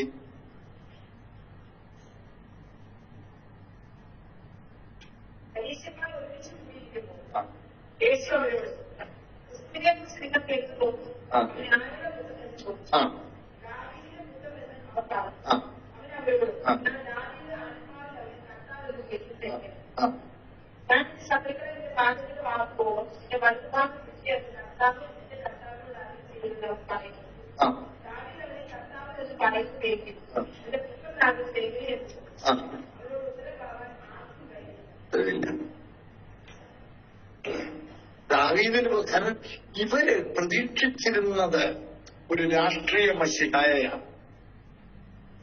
ദാവീദിന്റെ സിംഹാസനത്തിൽ നിത്യമായി വാഴുന്ന ഒരു മശിഹ വരുമെന്നുള്ള പ്രതീക്ഷയായിരുന്നു ഇവർക്ക് ഉണ്ടായിരുന്നത്. അതുകൊണ്ടാണ് അവർ കർത്താവിനെ തിരിച്ചറിയാൻ കഴിയാതെ പോയത്. ഒരു രാഷ്ട്രീയ മശിഹായെ അവർ പ്രതീക്ഷിച്ചിരുന്നു. എന്നാൽ നിങ്ങൾ പ്രതീക്ഷിക്കുന്ന രാഷ്ട്രീയ മശിഹ അല്ല യഥാർത്ഥ ക്രിസ്തു എന്ന് അവർക്കൊന്ന് തെളിയിച്ചു കൊടുക്കാനാ കർത്താവോട് ചോദിക്കുക. അതെ, നിങ്ങൾ എന്താ വിചാരിക്കുന്നത്? ആരുടെ പുത്രനാണ്? ദാവീദിന്റെ പുത്രനാ. എന്നാൽ ദാവീദ് അവനെ കർത്താവ് വിളിക്കുന്നില്ലേ? പിന്നെ എങ്ങനെ അവരെ പുത്രനാകുന്നത്? ഉത്തരവില്ല, മറുപടിയില്ല. ഉടമ്പേ എല്ലാവരും സ്തോത്രം, പ്രിയപ്പെട്ടവരെ സ്തോത്രം. അപ്പോൾ ദാവീദിന്റെ വേരാണ്. ദാവീദിന്റെ കൊമ്പെന്നും പറഞ്ഞിട്ടുണ്ട്. ഈ വാക്യത്ത് വായിച്ചോളൂ. യെശയ്യാവിന്റെ പ്രവചനം 11-ാമത്തെ വാക്യത്ത് വായിച്ചേ.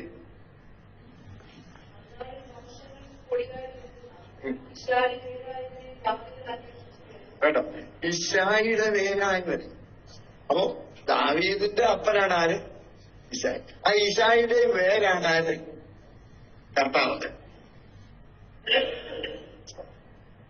അപ്പൊ കർത്താവ് ഇശായിയുടെ കുട്ടികളൊരു കൊമ്പ് മുളയ്ക്കുമെന്ന് പറയുന്നുണ്ട്. അതേസമയം ഇശായിയുടെ ആരാ?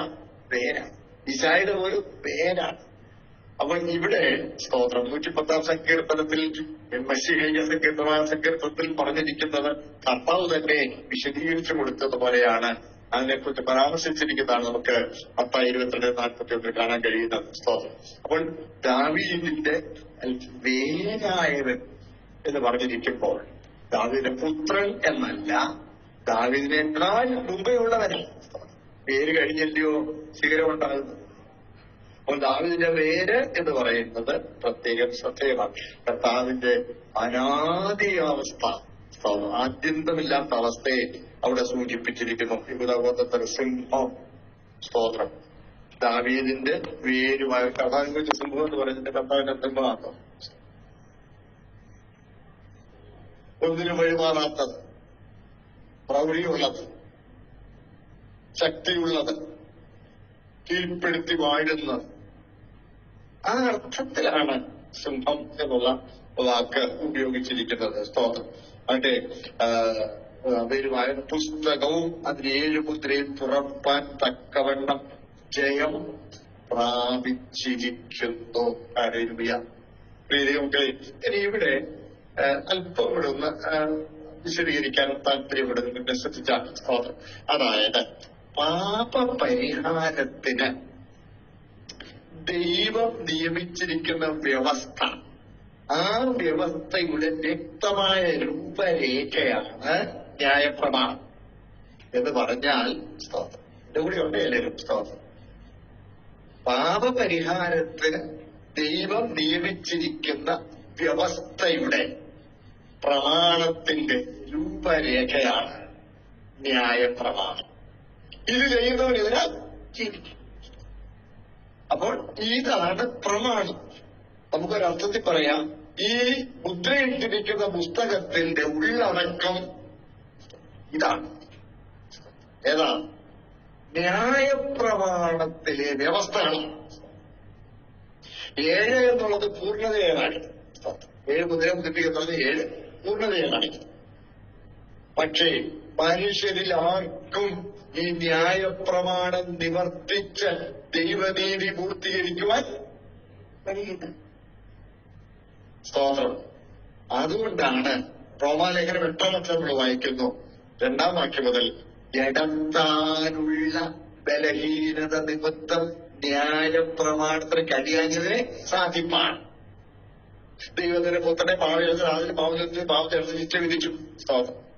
അങ്ങനെ അപ്പോൾ ഇവിടെ ദാവീദ് ഗോത്രത്തിലെ യഹൂദാ ഗോത്രത്തിലെ സിംഹമായവൻ, ദാവീദിന്റെ നേരായവൻ യോഗ്യനായിരിക്കുന്നു. എങ്ങനെ യോഗ്യനായി?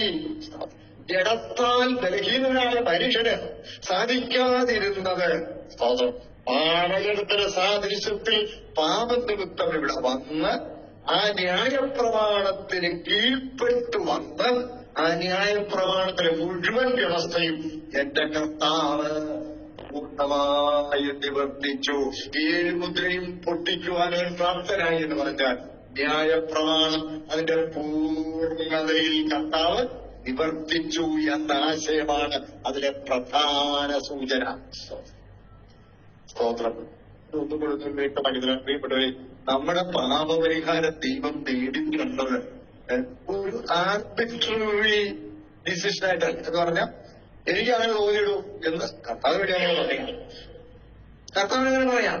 പക്ഷെ അങ്ങനെ പറഞ്ഞല്ല നമ്മുടെ പാപപരിഹാരം ദൈവം സാധിപ്പിച്ചു തന്നത്. പാപപരിഹാരത്തിനുള്ള വ്യവസ്ഥ ആദ്യതം. കാര്യം മനുഷ്യൻ ഭയങ്കര അഹങ്കാരിയാണ്.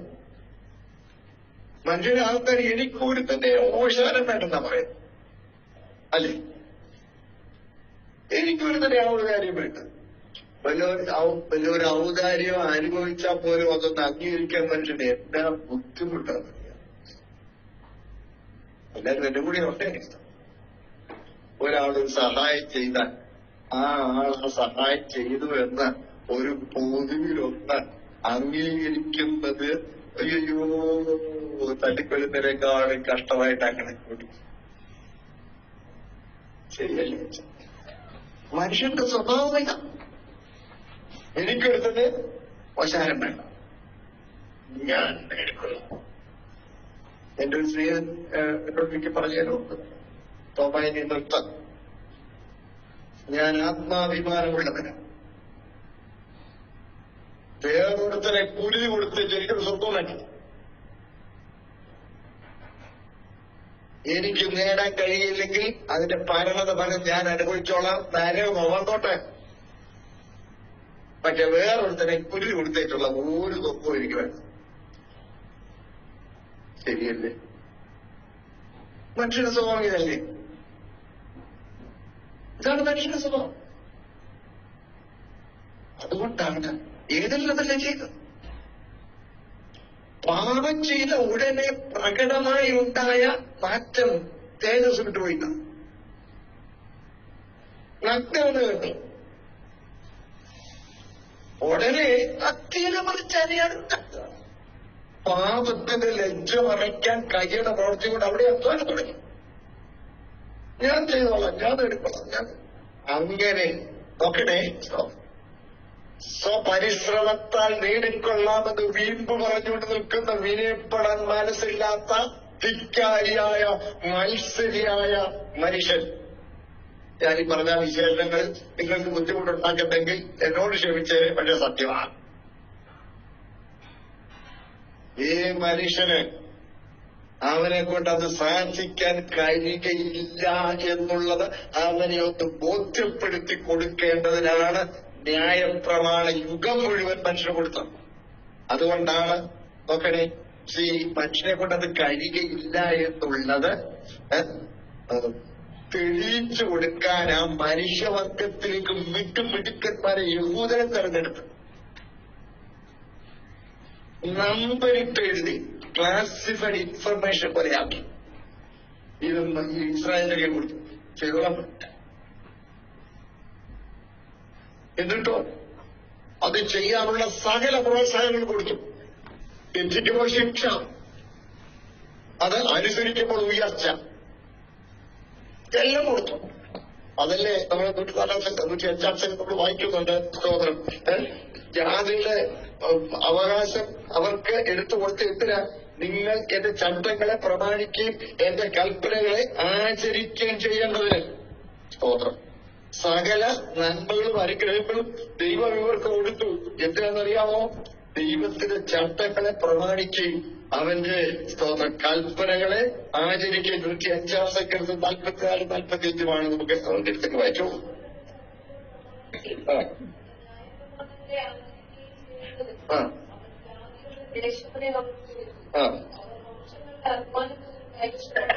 കണ്ടോ, ഇസ്രായേലിന് ഇതെല്ലാം കൊടുത്ത് എന്തിനാ?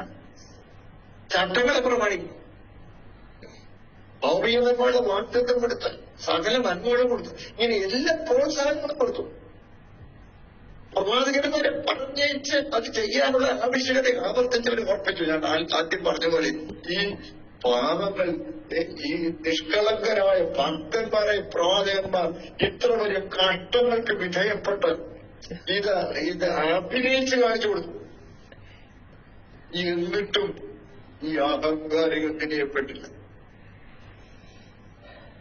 പരാജയപ്പെട്ട് തോറ്റു തുന്നാൻ പാടി നിൽക്കുമ്പോ നോക്കണേ സ്തോത്രം. എന്നിട്ടും ഒക്കെയിരുന്ന് അതിനും സമ്മതിക്കില്ല. അപ്പോൾ സ്തോത്രം, ദൈവം ഇസ്രായേലിന് കഴിയാഞ്ഞത് സാധിക്കാനാണ് തന്റെ പുത്രനെ ഇവിടെ അയച്ചത്. അതാണ് ഗലാത്യർ 4:4 എന്നാൽ കാലസമ്പൂർണ്ണത വന്നപ്പോൾ ദൈവത്തിന്റെ പുത്രനെ സ്ഥലം ജനിച്ചവരെ ന്യായപ്രമാണത്തിന് കീഴേ ജനിച്ചവരെ നിയോഗിച്ചയച്ച ന്യായപ്രമാണം കീഴുള്ളവരെ എനിക്ക് വാങ്ങിയിട്ട് നാം പുത്രത്വം കർത്താവിനെ പറഞ്ഞു. 15:17 ഞാൻ ന്യായപ്രമാണത്തിൽ പ്രവർത്തനം നീക്കണമെന്ന് നിരൂപിക്കരുത്, നീക്കുവാനല്ല നിവർത്തിപ്പാനാണ്. അതാ സൗകര്യങ്ങളെ സ്തോത്രം. ഈ യേശു കർത്താവ് തന്നെ കുറിച്ച് തന്നെ ദൈവപുത്രൻ എന്ന് പറഞ്ഞതിന്റെ കാരണം അതാണ്.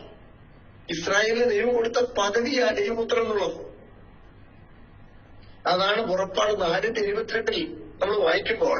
പുറപ്പാട് 4:22 നീ ഫറവോനോട് പറയേണ്ടത് എന്തെങ്കിലും വായിച്ചോളൂ. ഇസ്രായേലിന്റെ പുത്രൻ ആ ആ ആ ആ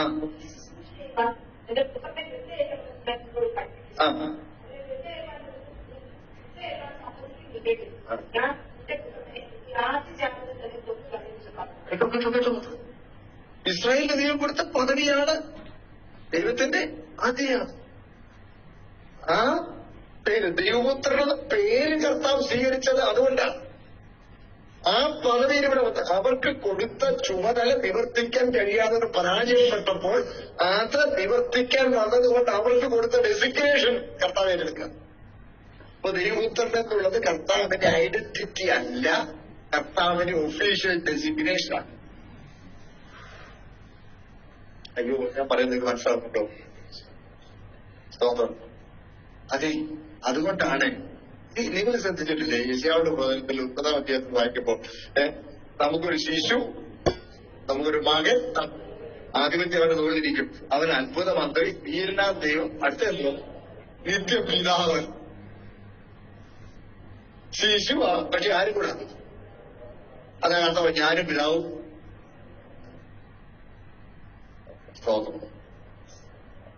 അപ്പോൾ ഇവിടെ വന്ന് ആ പേര് സ്വീകരിച്ചത് ഒരു തെളിവ് കൂടെ പറയാം. ഇസ്രായേലിന്റെ ദൈവം കൊടുത്ത പദവിയാണ് ദൈവത്തിന്റെ മുന്തിരി. 80-ാം സങ്കീർത്തനം വായിക്കുമ്പോൾ 80-ാം സങ്കീർത്തനം കാണുന്നത് എന്താണ്? മിസ്രയീമിൽ നിന്നൊരു മുന്തിരി വഴി കൊണ്ടുവന്നു, ജാതികളെ നീക്കൾ ഞാനെ കണ്ടു. അതുപോലെ യെശയ്യാവിന്റെ 5-ാം അധ്യായത്തിൽ വായിക്കുന്നു, സ്തോത്രം, എനിക്കൊരു മുന്തിരിത്തോട്ടമുണ്ട്. യഹൂദ പുരുഷന്മാരാണ് അതിനകത്ത് വിശേഷമായി നടന്നില്ല. ദൈവം അവർക്ക് കൊടുത്ത മുദ്രിക്കാൻ കായ്ക്കുന്നത് കാത്തിരുന്നു. കായ്ച്ചതോ കാട്ടുമുദ്രി. അതുകൊണ്ടാണ് കർത്താവ് ഇവിടെ ഒന്ന് തന്നെ കുറിച്ചത്, ഞാൻ സാക്ഷാൽ മുന്തിരിവള്ളി,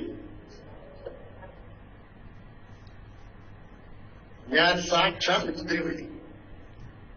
ഇസ്രായേലിന് കൊടുത്ത സ്റ്റാറ്റസ് മുദ്രയിട്ടിരിക്കുകയില്ല. ഒരു മനുഷ്യന് തുറക്കാൻ പറ്റില്ല. ഈ വ്യവസ്ഥകൾ പാലിക്കാൻ കഴിയുന്നില്ല. കാരണം ജഡത്തിൽ ബലഹീനനാണ്.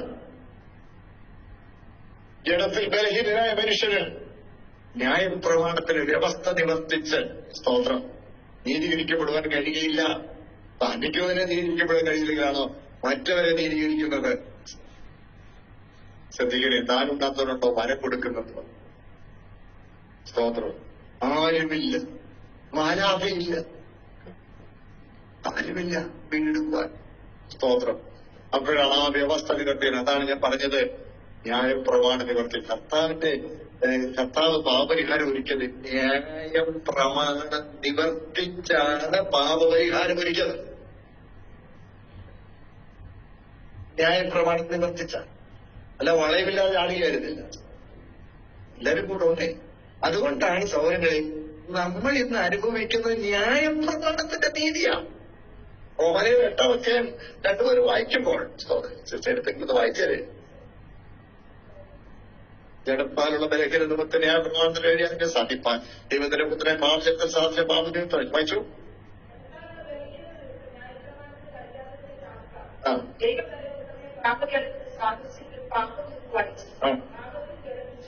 വായിച്ചോളൂ.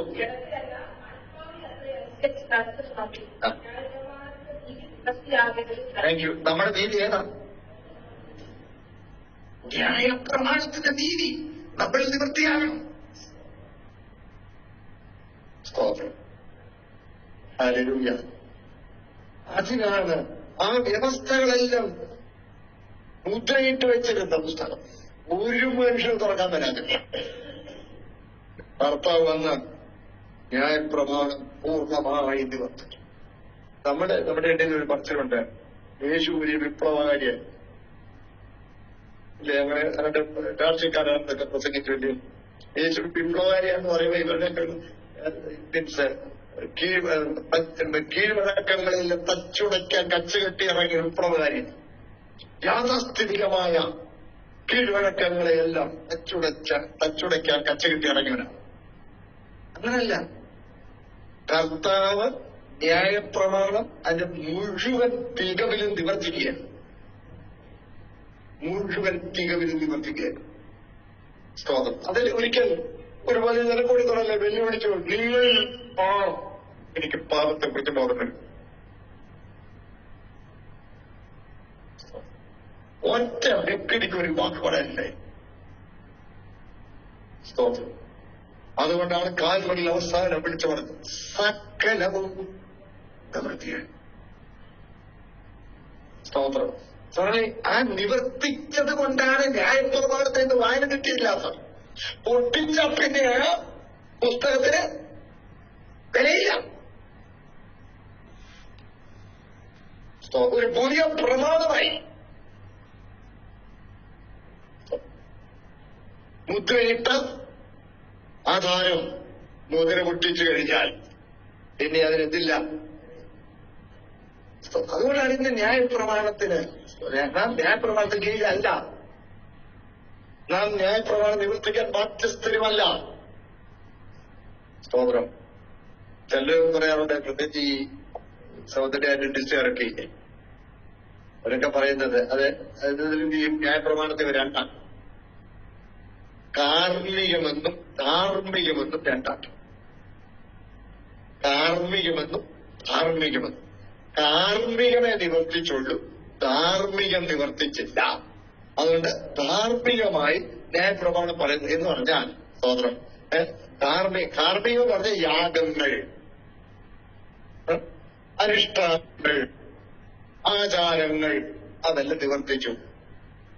ഇനി ധാർമ്മികമായതോ പല ചെയ്യരുത്, വ്യഭിചാരം ചെയ്യരുത്, അതെല്ലാം ശരിയല്ലേ? ആ കൂട്ടത്തിലാണ് ശബത്തിനെ ആചരിക്കണം. അതുകൊണ്ട് ആ ഒരു ശബത്ത് 7-ാം ദിവസം ശബത്ത് ആചരിക്കണം. അത് പറഞ്ഞിട്ടുള്ളത് നമ്മൾ എന്നെ പറയും, ആരാ നിങ്ങൾക്ക് അധികാരം ഇതിനെ രണ്ടാക്കാൻ? കാർമ്മികമെന്നും കാർമ്മികമെന്നും രണ്ടാക്കാൻ ആരധികാരം തന്നു? ന്യായപ്രമാണത്തെ ഒറ്റയ്ക്കാണ് എടുക്കുന്നത്. അതാണ് യാക്കോബ് ലേഖനം പറയുന്നു. സ്തോത്രം. ഒന്നിൽ തെറ്റിയാൽ എല്ലാത്തിലും തെറ്റി. കൊല ചെയ്യരുതെന്ന് പറഞ്ഞ അതേ ദൈവം തന്നെ സ്തോത്രം വ്യഭിചാരം ചെയ്തെന്ന് പറഞ്ഞിരിക്കുന്നു. ഇതിൽ ഏതെങ്കിലും ഒന്നിൽ തെറ്റിയാൽ എല്ലാത്തിലും തെറ്റി. എല്ലാത്തിലും തെറ്റി. അപ്പോൾ ന്യായപ്രമാണങ്ങൾ എന്ന് നിങ്ങൾ വേദപുസ്തകത്തിൽ എപ്പോഴെങ്കിലും കണ്ടിട്ടുണ്ടോ? ഇല്ല. ന്യായപ്രമാണം എന്ന് ഏകവചനമാണ്. ഒന്നാണ്. സ്തോത്രം. ന്യായപ്രമാണം അത് ഒന്നിച്ചടിക്കണം. Keep it all or break it all. If you break one you break the whole. ഒന്ന് തെറ്റിയാൽ മുഴുവനും തെറ്റി. അപ്പോൾ ധാർമ്മികമെന്ന് കാർമ്മികമെന്ന് തിരിക്കണ്ട. ധാർമ്മികവും കാർമ്മികവും എല്ലാം ചേർത്ത ഒന്നാണ്. ഒന്നും തെറ്റിയാൽ എല്ലാത്തിനും തെറ്റി. കർത്താവ് ഒന്ന് നിവർത്തിച്ചെങ്കിൽ എല്ലാം നിവർത്തിച്ചു. അപ്പൊ അടുത്ത് ക്രൂരമായി വരും. അപ്പൊ ഇനിയിപ്പോ വ്യഭിചാരം ചെയ്യാമല്ലോ, മോഹിക്കാമല്ലോ, കള്ളസത്യം ചെയ്യാമല്ലോ. അത് നമ്മളെ ബാധിക്കരുത്. എന്റെ പൊന്നു ചേട്ടാ, അതിനേക്കാളൊക്കെ ഉന്നതമായ ഒരു ധാർമ്മിക നിലവാരത്തേക്ക് നമ്മൾ ഉയർത്തിയിരിക്കുകയാണ്. സ്തോത്രം. അവിടെ കാത്തി എടുത്തോടത്തന്നെ കുത്താതിരുന്ന കുത്തി കൊല്ലായിരുന്ന മതിയായിരുന്നു.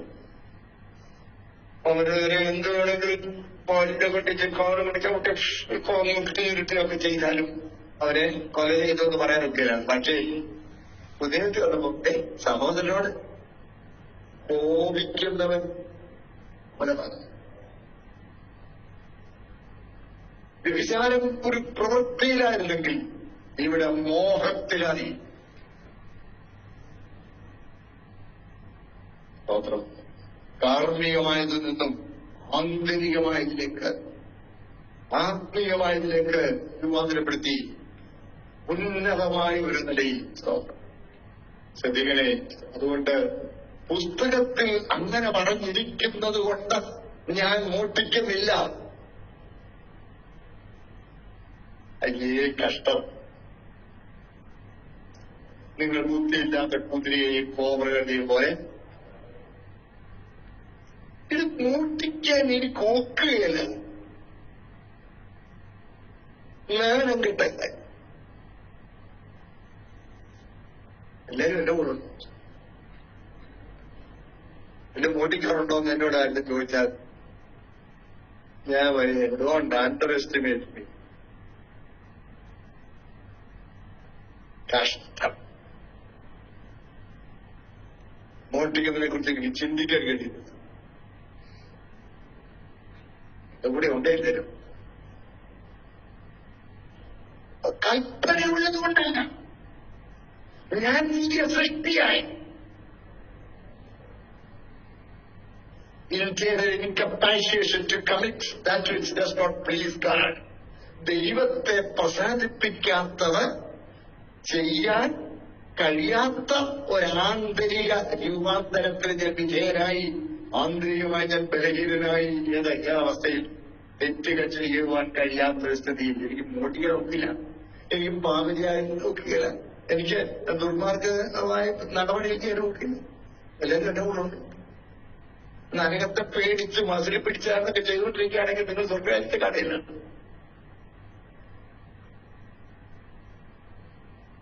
സ്തോത്രം. എല്ലാരും കൂടെ ഉണ്ട്. നിവർത്തിച്ചു, മുദ്ര പൊട്ടിച്ചു. സ്തോത്രം.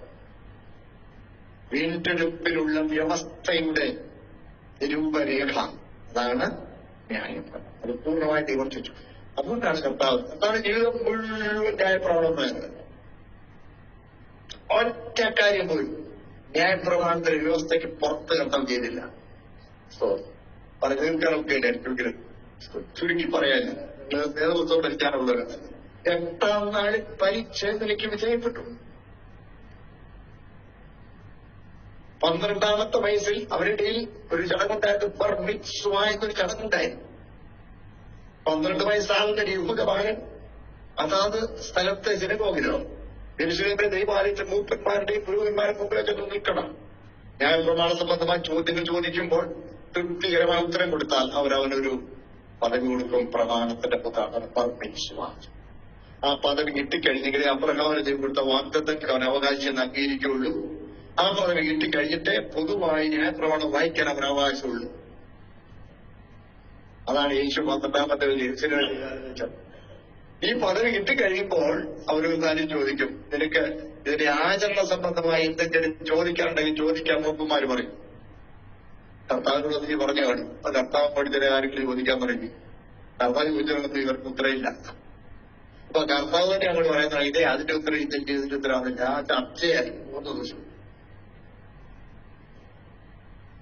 അവരുടെ 12-ാം വയസ്സിൽ യേശുവിന്റെ യാത്ര പ്രാധാന്യം.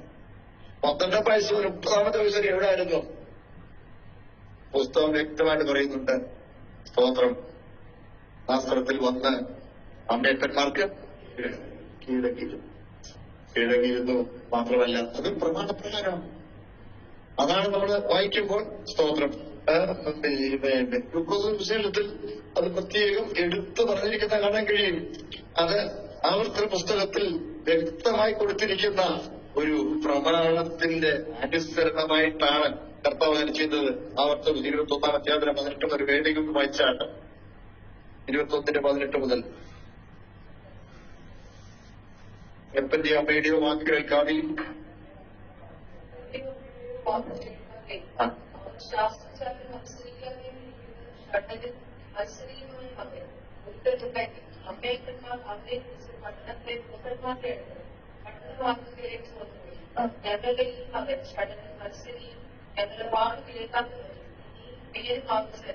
പട്ടണത്തെ മൂപ്പന്മാരോട് പറയുന്നത് പട്ടണക്കാരെല്ലാവരും അവനെ കണ്ടെത്തുകയും ഇത് നിങ്ങൾ കേട്ടിരിക്കുന്ന മോക്ഷം നീക്കി പറയുന്നു. ഇസ്രായേലെല്ലാം കേട്ട് ഭയപ്പെടുന്നു. 12 വയസ്സ് കഴിഞ്ഞാൽ തൊഴിൽ ചെയ്ത് ഉപജീവനമാർക്ക് നേടിക്കൊള്ളു. അതിനെ കൂട്ടാക്കാത്തവരെ കാലിലെറിഞ്ഞ് വീഴും. കർത്താവ് 12 വയസ്സ് കഴിഞ്ഞപ്പോൾ നസ്രത്തിലെ അച്ഛനായി യോസഫിന്റെ കൂടെ ജോലി ചെയ്യാം. തന്നെയല്ല, കർത്താവ് മനസ്സരിച്ച് സുഖിൽ കിടക്കുന്നതിന് മുമ്പ് യോസഫ് മരിച്ചുപോയി. ആ വീടിന്റെ ഉത്തരവാദിത്തപ്പെട്ട വീടെടുത്തു. യാക്കോബ്, യോസേഫ്, യൂദാ, ശീമോൻ ആൺപിള്ളേരും സഹോദരിമാർ എന്ന് പറഞ്ഞ 2 സഹോദരിമാർ. ഈ 6 മക്കളും യോസഫും 6 മക്കളും മറിയയും യേശുവും 8 പേരുടെ സന്താനത്തിനുള്ള ഉപജീവനമാർഗം കർത്താവ് അവിടെ നേടുകയില്ല. സ്തോത്രം. എല്ലാവരും പറയും ഇവിടെ പുറപ്പെട്ടു പോയിട്ട് കാശ്മീരി വന്നു, ഇസ്രായേലിന്റെ കൂടെ പോയി എന്നൊക്കെ പറഞ്ഞു. അത് കഴിഞ്ഞിട്ട് കർത്താവ് അങ്ങോട്ട് ചെന്നിട്ട് പരദീനയുടെ സമയത്ത് നിങ്ങളിൽ ആരെനിക്ക് പാവത്തെ കുറിച്ച് വാദമെടുത്തു ചോദിച്ചാൽ അവര് പറയാൻ പ്രതികരണശേഷിയുള്ളവരായിരുന്നു. 12-ാമത്തെ വയസ്സ് പുറപ്പെട്ടു പോയിച്ച് ഇപ്പൊ ഇങ്ങോട്ട് കയറുന്ന നീ എവിടെ ആർക്കെന്ന് പോലെ ഞാൻ അറിഞ്ഞുകൂടാ. പിന്നാണോ എന്ന് നീ എന്നാ കാണിച്ചത് അറിയാമല്ലോ എന്നവര് പറഞ്ഞില്ലേ. രാവന്റെ ഈടയിൽ തന്നെ. അതുകൊണ്ടാണ് കർത്താവ് ശിശുവിന് തുടങ്ങിയപ്പോൾ ഇവിടെ നമ്മൾക്കറിയാം തെക്കലാണ് നമ്മുടെ അച്ഛനല്ലേ അത് ന്യായപ്രമാണപ്രകാരം. സ്തോത്രം. യോഹന്നന്റെ കയ്യിലുള്ള സ്നാനവും ന്യായപ്രമാണപ്രകാരം. ന്യായപ്രമാണങ്ങൾ കൂടുതലത്തെ കന്യായി വന്നവരാണ് യോഹന്നൻ സ്നാനം. ന്യായപ്രമാണം പ്രവാചകന്മാരും യോഹന്നാൻ വരെ. യോഹന്നാന്റെ കൈക്കീഴിലുള്ള മാനസാന്തര സ്നാനം ദൈവത്തിന്റെ ആലോചനയായി. അതുകൊണ്ടാണ് പാപങ്ങളെ ഏറ്റുപറഞ്ഞുകൊണ്ട് വെള്ളത്തിലിട്ട് ഇറങ്ങിയത് പാപങ്ങളെ ഏറ്റുപറഞ്ഞ് സ്നാനപ്പെടുന്നത്. കൂടുതൽ കർത്താവ് അറിയിച്ചത് ഏറ്റുപറയാൻ പാപമൊന്നുമില്ല. ഇങ്ങനെ നിൽക്കുന്നത്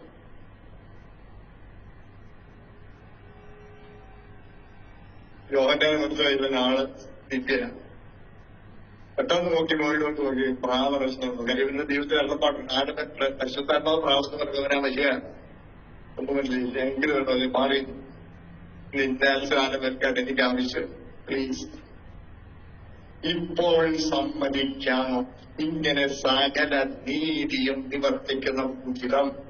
ന്യായപ്രമാണപ്രകാരം നിയമിക്കപ്പെട്ട ഈ നീതി നിവർത്തിക്കണം. അത് മാനസാന്തര ജ്ഞാനമല്ല, യേശുവിന്റെ ജ്ഞാനം. മൂക്കി വിട്ടു. എന്റെ പ്രവർത്തകളിൽ സകലവും ന്യായപ്രമാണപ്രകാരം. ആ ന്യായപ്രമാണത്തെ നിവർത്തിച്ചുകൊണ്ടാണ് താല്പര്യമാകുന്നത്. അതാണ് മുദ്ര പൊട്ടിച്ചിരിക്കുക. ഇനിയും ന്യായപ്രമാണമില്ല. സ്തോത്രം. അതിലെ ന്യായ സിംഹാസനത്തിന്റെയും 6-ാം വാക്യം സിംഹാസനത്തിൽ 4 ജീവികളുടെ നടുവിലും മൂപ്പന്മാരുടെ മധ്യത്തിലും ഒരു കുഞ്ഞാട് അറുക്കപ്പെട്ടതുപോലെ നിൽക്കുന്നത് കണ്ടു. 1-ാം അധ്യായത്തിൽ സപ്തമഹിമാകാരിയായ കർത്താവിനെ കാണും. ഉള്ളൂരിൽ സദൃശമായ മാർത്ത് വർഗച്ചെടുക്കുക അഗ്നിജ്വാലത്തെ കണ്ണുകളുള്ളത്. പക്ഷെ ഇവിടെ ഇതാ അറുക്കപ്പെട്ട കുഞ്ഞാട്. സ്തോത്രം. സ്വർഗത്തിൽ മായാതെ നിൽക്കുന്ന ചിത്രമാണ് അറുക്കപ്പെട്ട കുഞ്ഞാട്. ഹല്ലേലൂയ. സ്തോത്രം. അതാണ് ഈ നമ്മൾ നിത്യം ചെല്ലുമ്പോൾ യേശുക്രിസ്തുവിന്റെ ഡൽഹി നമുക്ക് കാണാം അവിടെ സംഭവിച്ചപ്പോൾ.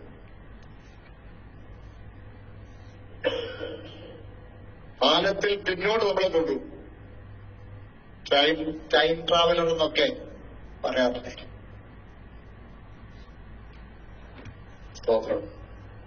നമുക്ക് ഒരിക്കൽ ഒരു നക്ഷത്രം ഇങ്ങനെ വലിച്ചു കീറിപ്പോയത് അത് ശാസ്ത്രജ്ഞന്മാർ കണ്ടു. എന്നിട്ട് അവര് പറഞ്ഞു ഇത് 30,000 വർഷം മുമ്പ് നടന്ന. എന്നിട്ട് പിന്നെ ഇപ്പൊ കണ്ടത് ഇപ്പോഴാണ് അതിലുള്ള രശ്മി ഭൂമിയിലെത്തിയത്. അതുകൊണ്ട് ഇപ്പോഴാ കണ്ടത്. അതുപോലെ അറുക്കപ്പെട്ട കുഞ്ഞാട് അവരുടെ നമുക്ക് എപ്പോഴും അത്ഭുതം ചെയ്യുന്ന മനുഷ്യരെ കുറിച്ചാണ് ആവേശം. സൗഖ്യമാക്കുന്ന മനുഷ്യ, വിടുവിക്കുന്ന മനുഷ്യ. പക്ഷേ മരിച്ച് അടക്കപ്പെട്ട ഉയർത്തിട്ടാണ് ദൈവപുത്രൻ ശക്തിയോട് നിർണയിച്ചത്. അതാണ് റോമലയിൽ നമ്മൾ വായിക്കുന്നത്. സ്തോത്രം. മരിച്ച് ഉയർത്തെഴുന്നേൽക്കയാൽ ദൈവപുത്രന്റെ ശക്തിയോടെ നിർണയിക്കപ്പെട്ടിരിക്കുന്നത്. ഒന്നാമത്തെ ഞാൻ പറഞ്ഞു ഈ ദൈവത്തിനാണ് താഴെയാണ്. ഇപ്പൊ ദൈവത്തെ കാണിച്ചൂടെ? ഈ അത്ഭുതം ചെയ്തിട്ട് ദൈവത്തിനാണെന്ന് പറ തെളിയിക്കാൻ. അത്ര മറുപടി പറഞ്ഞില്ല. ദൈവപുത്രനാണെന്ന് തെളിയിക്കേണ്ടത് മരിച്ച് അടക്കപ്പെട്ട് ഉയർത്തെഴുന്നേറ്റാണ് ദൈവപുത്രനാണെന്ന് തെളിയിക്കേണ്ടത്. നമ്മുടെ ജീവിതത്തിൽ കേട്ടോ, നമ്മൾ ദൈവമക്കളാണെന്ന് തെളിയുന്നത് കർത്താവിന്റെ മരണത്തോട് ഏകീഭവിച്ച് അവനിൽ മറിഞ്ഞ് അവനോട് ഉയർത്തെഴുന്നേൽ പുതിയ സൃഷ്ടിയായി ജീവിക്കുന്നതിനാലാണ് നമ്മൾ ദൈവമക്കളാണെന്ന് തെളിയുന്നത്. അല്ല നമ്മുടെ ജീവിതത്തിൽ ദൈവം അത്ഭുതം ചെയ്തുകൊണ്ടല്ല, അത്ഭുത രോഗസൗഖ്യം കിട്ടുന്നതുകൊണ്ടോ, സ്തോത്രം, പ്രശ്നങ്ങളിൽ നിന്ന് പരിഹാരം ഉണ്ടായതുകൊണ്ടുമല്ല. അത് ലോകത്തിൽ ഒത്തിരി പേർക്ക് കിട്ടുന്നുണ്ട്. ഇവൻ പിശാച് കൊടുക്കും. അയ്യോ നിങ്ങൾക്ക് മനസ്സിലാവുന്നുണ്ടേ, നമ്മളെങ്ങനെ ദൈവങ്ങളാണ് തെളിഞ്ഞിരിക്കുന്നത്. യേശുവിനോടുകൂടെ മരിച്ചു, യേശുവിനോട് അടക്കപ്പെട്ടു, യേശുവിനോട് തെറ്റും യേശുവിന്റെ പുതിയ സൃഷ്ടിയായിരിക്കും. സ്തോത്രം. അങ്ങനെയാണ് ഞാൻ ദൈവപുത്രനാണെന്ന് തെളിഞ്ഞിരിക്കുന്നത്, ദൈവവൈതലാണെന്ന് തെളിഞ്ഞിരിക്കുന്നത്. സ്തോത്രം. കുഞ്ഞാട് അറുക്കപ്പെട്ടതുപോലെ നിൽക്കുന്നത്. സ്തോത്രം. അതിന് 7 കൊമ്പും പിന്നെ സർവഭൂമിയിലേക്ക് വായിച്ചിരിക്കുന്ന 7 ദൈവാത്മാക്കളായ 7 കണ്ടമുണ്ട്. അപ്പോൾ ദൈവാത്മാക്കൾ എന്ന് പറഞ്ഞിരിക്കുന്ന 7 എന്നുള്ളത് പൂർണ്ണതയെ കാണിക്കുന്നത് ഞാൻ ഓർപ്പിച്ചത് മറക്കാം. 7 കൊമ്പ് എന്ന് പറഞ്ഞാൽ അധികാരത്തിന്റെയും ശക്തിയുടെയും പൂർണ്ണതയാണ്. കൊമ്പ് അവരുടെ കൊമ്പുണ്ടോ അല്ലേ? അവന് പൊക്കട്ടെ, അവനെ കൊമ്പുണ്ട്. അപ്പൊ കൊമ്പെന്ന് പറയാൻ എന്താ പറയുക? ശക്തി, അധികാരം. 7 കൊമ്പും അവനുള്ളതാണ്. അധികാരത്തിന്റെയും ശക്തിയുടെയും പൂർണ്ണത അവനിലാണ്. പക്ഷെ അറുക്കപ്പെട്ട കുഞ്ഞാണ്. ഈ സർവശക്തനായവൻ നമുക്ക് വേണ്ടി യാതൊരു ഏൽപ്പിച്ചു കൊടുത്തതാണ്. സ്തോത്രം. അതുകൊണ്ടാണ് 138-ാം സങ്കീർത്തനത്തിൽ ഒരു വാക്യമുണ്ട്. അവന്റെ നാമത്തിനു മീതൊക്കെ തന്റെ വാഗ്ദാനം മഹിമപ്പെടുത്തിയിരിക്കുന്നു എന്ന് പറഞ്ഞ എന്താ? സ്തോത്രം. അവന്റെ വാഗ്ദാനം എന്ന് പറയുന്നത് പാപപരിഹാരവും നിത്യജീവനുമാണ്. ഏതിനിൽ തന്നതാണ് ദൈവത്തെ ഏറ്റവും വലിയ വാഗ്ദത്തം, അതല്ലേ സ്തോത്രം. ഇതാകുന്നു അവൻ നമുക്ക് തന്ന വാഗ്ദത്തം, നിത്യജീവൻ തന്നെ. യോഹന്നാന്റെ 4 പറഞ്ഞിരിക്കുന്നു. വാഗ്ദത്തം നിത്യജീവനാണ്. ആ വാഗ്ദത്തം മഹിമപ്പെടുത്തുക, അല്ലെങ്കിൽ ആ വാഗ്ദത്തം നിവർത്തിക്കേണ്ടതിന് തന്റെ നാമം ഏതുമില്ലെന്ന് വെച്ചു. സർവശക്തനായവൻ എന്റെ ശക്തി ഊട്ടുകഷ്ണം പോലെയായി. സർവവ്യാപിയായവൻ 3 നാഴികളിൽ ഊട്ടി. സർവജ്ഞാനിയായവൻ ഞാൻ കണ്ണത്തടിച്ചിട്ട് നിന്നെ അയച്ചവന്റെ പേര് പറയണമെന്ന് പറഞ്ഞപ്പോ ഒന്നും അറിയാത്തവരും ഒന്നിടെ പോകൻ മൗനമായിരുന്നു. സ്തോത്രം. ഹല്ലേലൂയ. മരണമില്ലാത്തവൻ മരണത്തിന് കീഴ്പ്പെട്ടു. തന്റെ നാമത്തെ ഏതുമില്ലാതാക്കി തന്റെ വാഗ്ദാനം മഹിമപ്പെടുത്തി ആ വാഗ്ദാനത്തിൽ ഓഹരിക്കാരാകുവാൻ ദൈവം നമ്മെ തെരഞ്ഞെടുത്തു. അറുക്കപ്പെട്ട കുഞ്ഞാണെങ്കിലും 7 കൊമ്പും അവനും. അവന്റെ നാമത്തിന് മീതൊക്കെ തന്റെ വാഗ്ദാനം മഹിമപ്പെടുത്തി. അതേപോലെ നമ്മുടെ വീണ്ടെടുപ്പ്, ആ വീണ്ടെടുപ്പ് സാധിക്കുവാൻ കർത്താവ് നമ്മളിൽ ഉള്ളിലെ പോലെ വന്നു. അടുത്ത ചാർച്ചക്കാരനാണ് വീണ്ടെടുപ്പുകാരനായത്. അതുകൊണ്ടാണ് കർത്താവ് അടുത്ത ചാർച്ചക്കാരനായി വന്നത്. സ്തോത്രം. ഏതാണ്ട് ഈ ചിത്രം ഒത്തിരി വ്യക്തമായി നിങ്ങൾക്ക് ഗ്രഹിക്കാൻ കഴിഞ്ഞത് ഞാൻ വിശ്വസിക്കട്ടെ. സ്തോത്രം. കർത്താവ് വിളിച്ചാൽ നമുക്ക് തുടർന്നുള്ള ഭാഗങ്ങൾ അടുത്ത ക്ലാസ്സിൽ ചിന്തിക്കാൻ. ഞാൻ പറഞ്ഞതിനെ സംബന്ധിച്ച് എന്തെങ്കിലും വിശദീകരണം വേണമെങ്കിൽ ദയവായി എനിക്ക് ചോദിക്കണം. സ്തോത്രം. ഇത്ര വലിയ രക്ഷ തന്റെ നാമം ഏതുമില്ലാതാക്കി. സ്തോത്രം. മനുഷ്യൻ പറഞ്ഞെന്താ, പാപയിൽ പറഞ്ഞെന്താ, നമുക്കൊരു നാമം, നമുക്കൊരു പേരുണ്ടാകും. ഇവിടെ ഇന്നും ഒരു കൂട്ടത്തിന്റെ ആഗ്രഹം തോന്നി, നമുക്കൊരു പേര് വേണം, പേരുണ്ടാകും.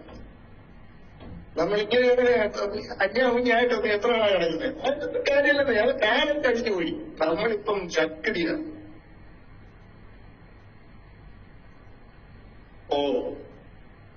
പേരുണ്ടാക്കാൻ, പെരുമയുണ്ടാക്കാൻ വ്യഗ്രതപ്പെടുന്നവരെ നമുക്ക് ഈ പാതകി തന്നത് തന്റെ നാമത്തെ ഏതുമല്ലാത്ത പോലെയാക്കി. ഹല്ലേലൂയ. എന്റെ വാഗ്ദാനം മഹിമപ്പെടുത്തിയാണ് നമ്മുടെ വീണ്ടും ഈ കർത്താവിനെ നമുക്ക് സ്നേഹിക്കാൻ. ഈ കർത്താവിനായ നമുക്ക് തന്നെ സംബന്ധിച്ചു കൊടുക്കാം. ഹല്ലേലൂയ. സ്തോത്രം. കർത്താവിനെ അനുഗ്രഹിക്കട്ടെ. പ്രാർത്ഥിക്കാം. സ്തോത്രം. സലീം സാറ് പ്രാർത്ഥിച്ചാട്ടെ. സ്തോത്രം.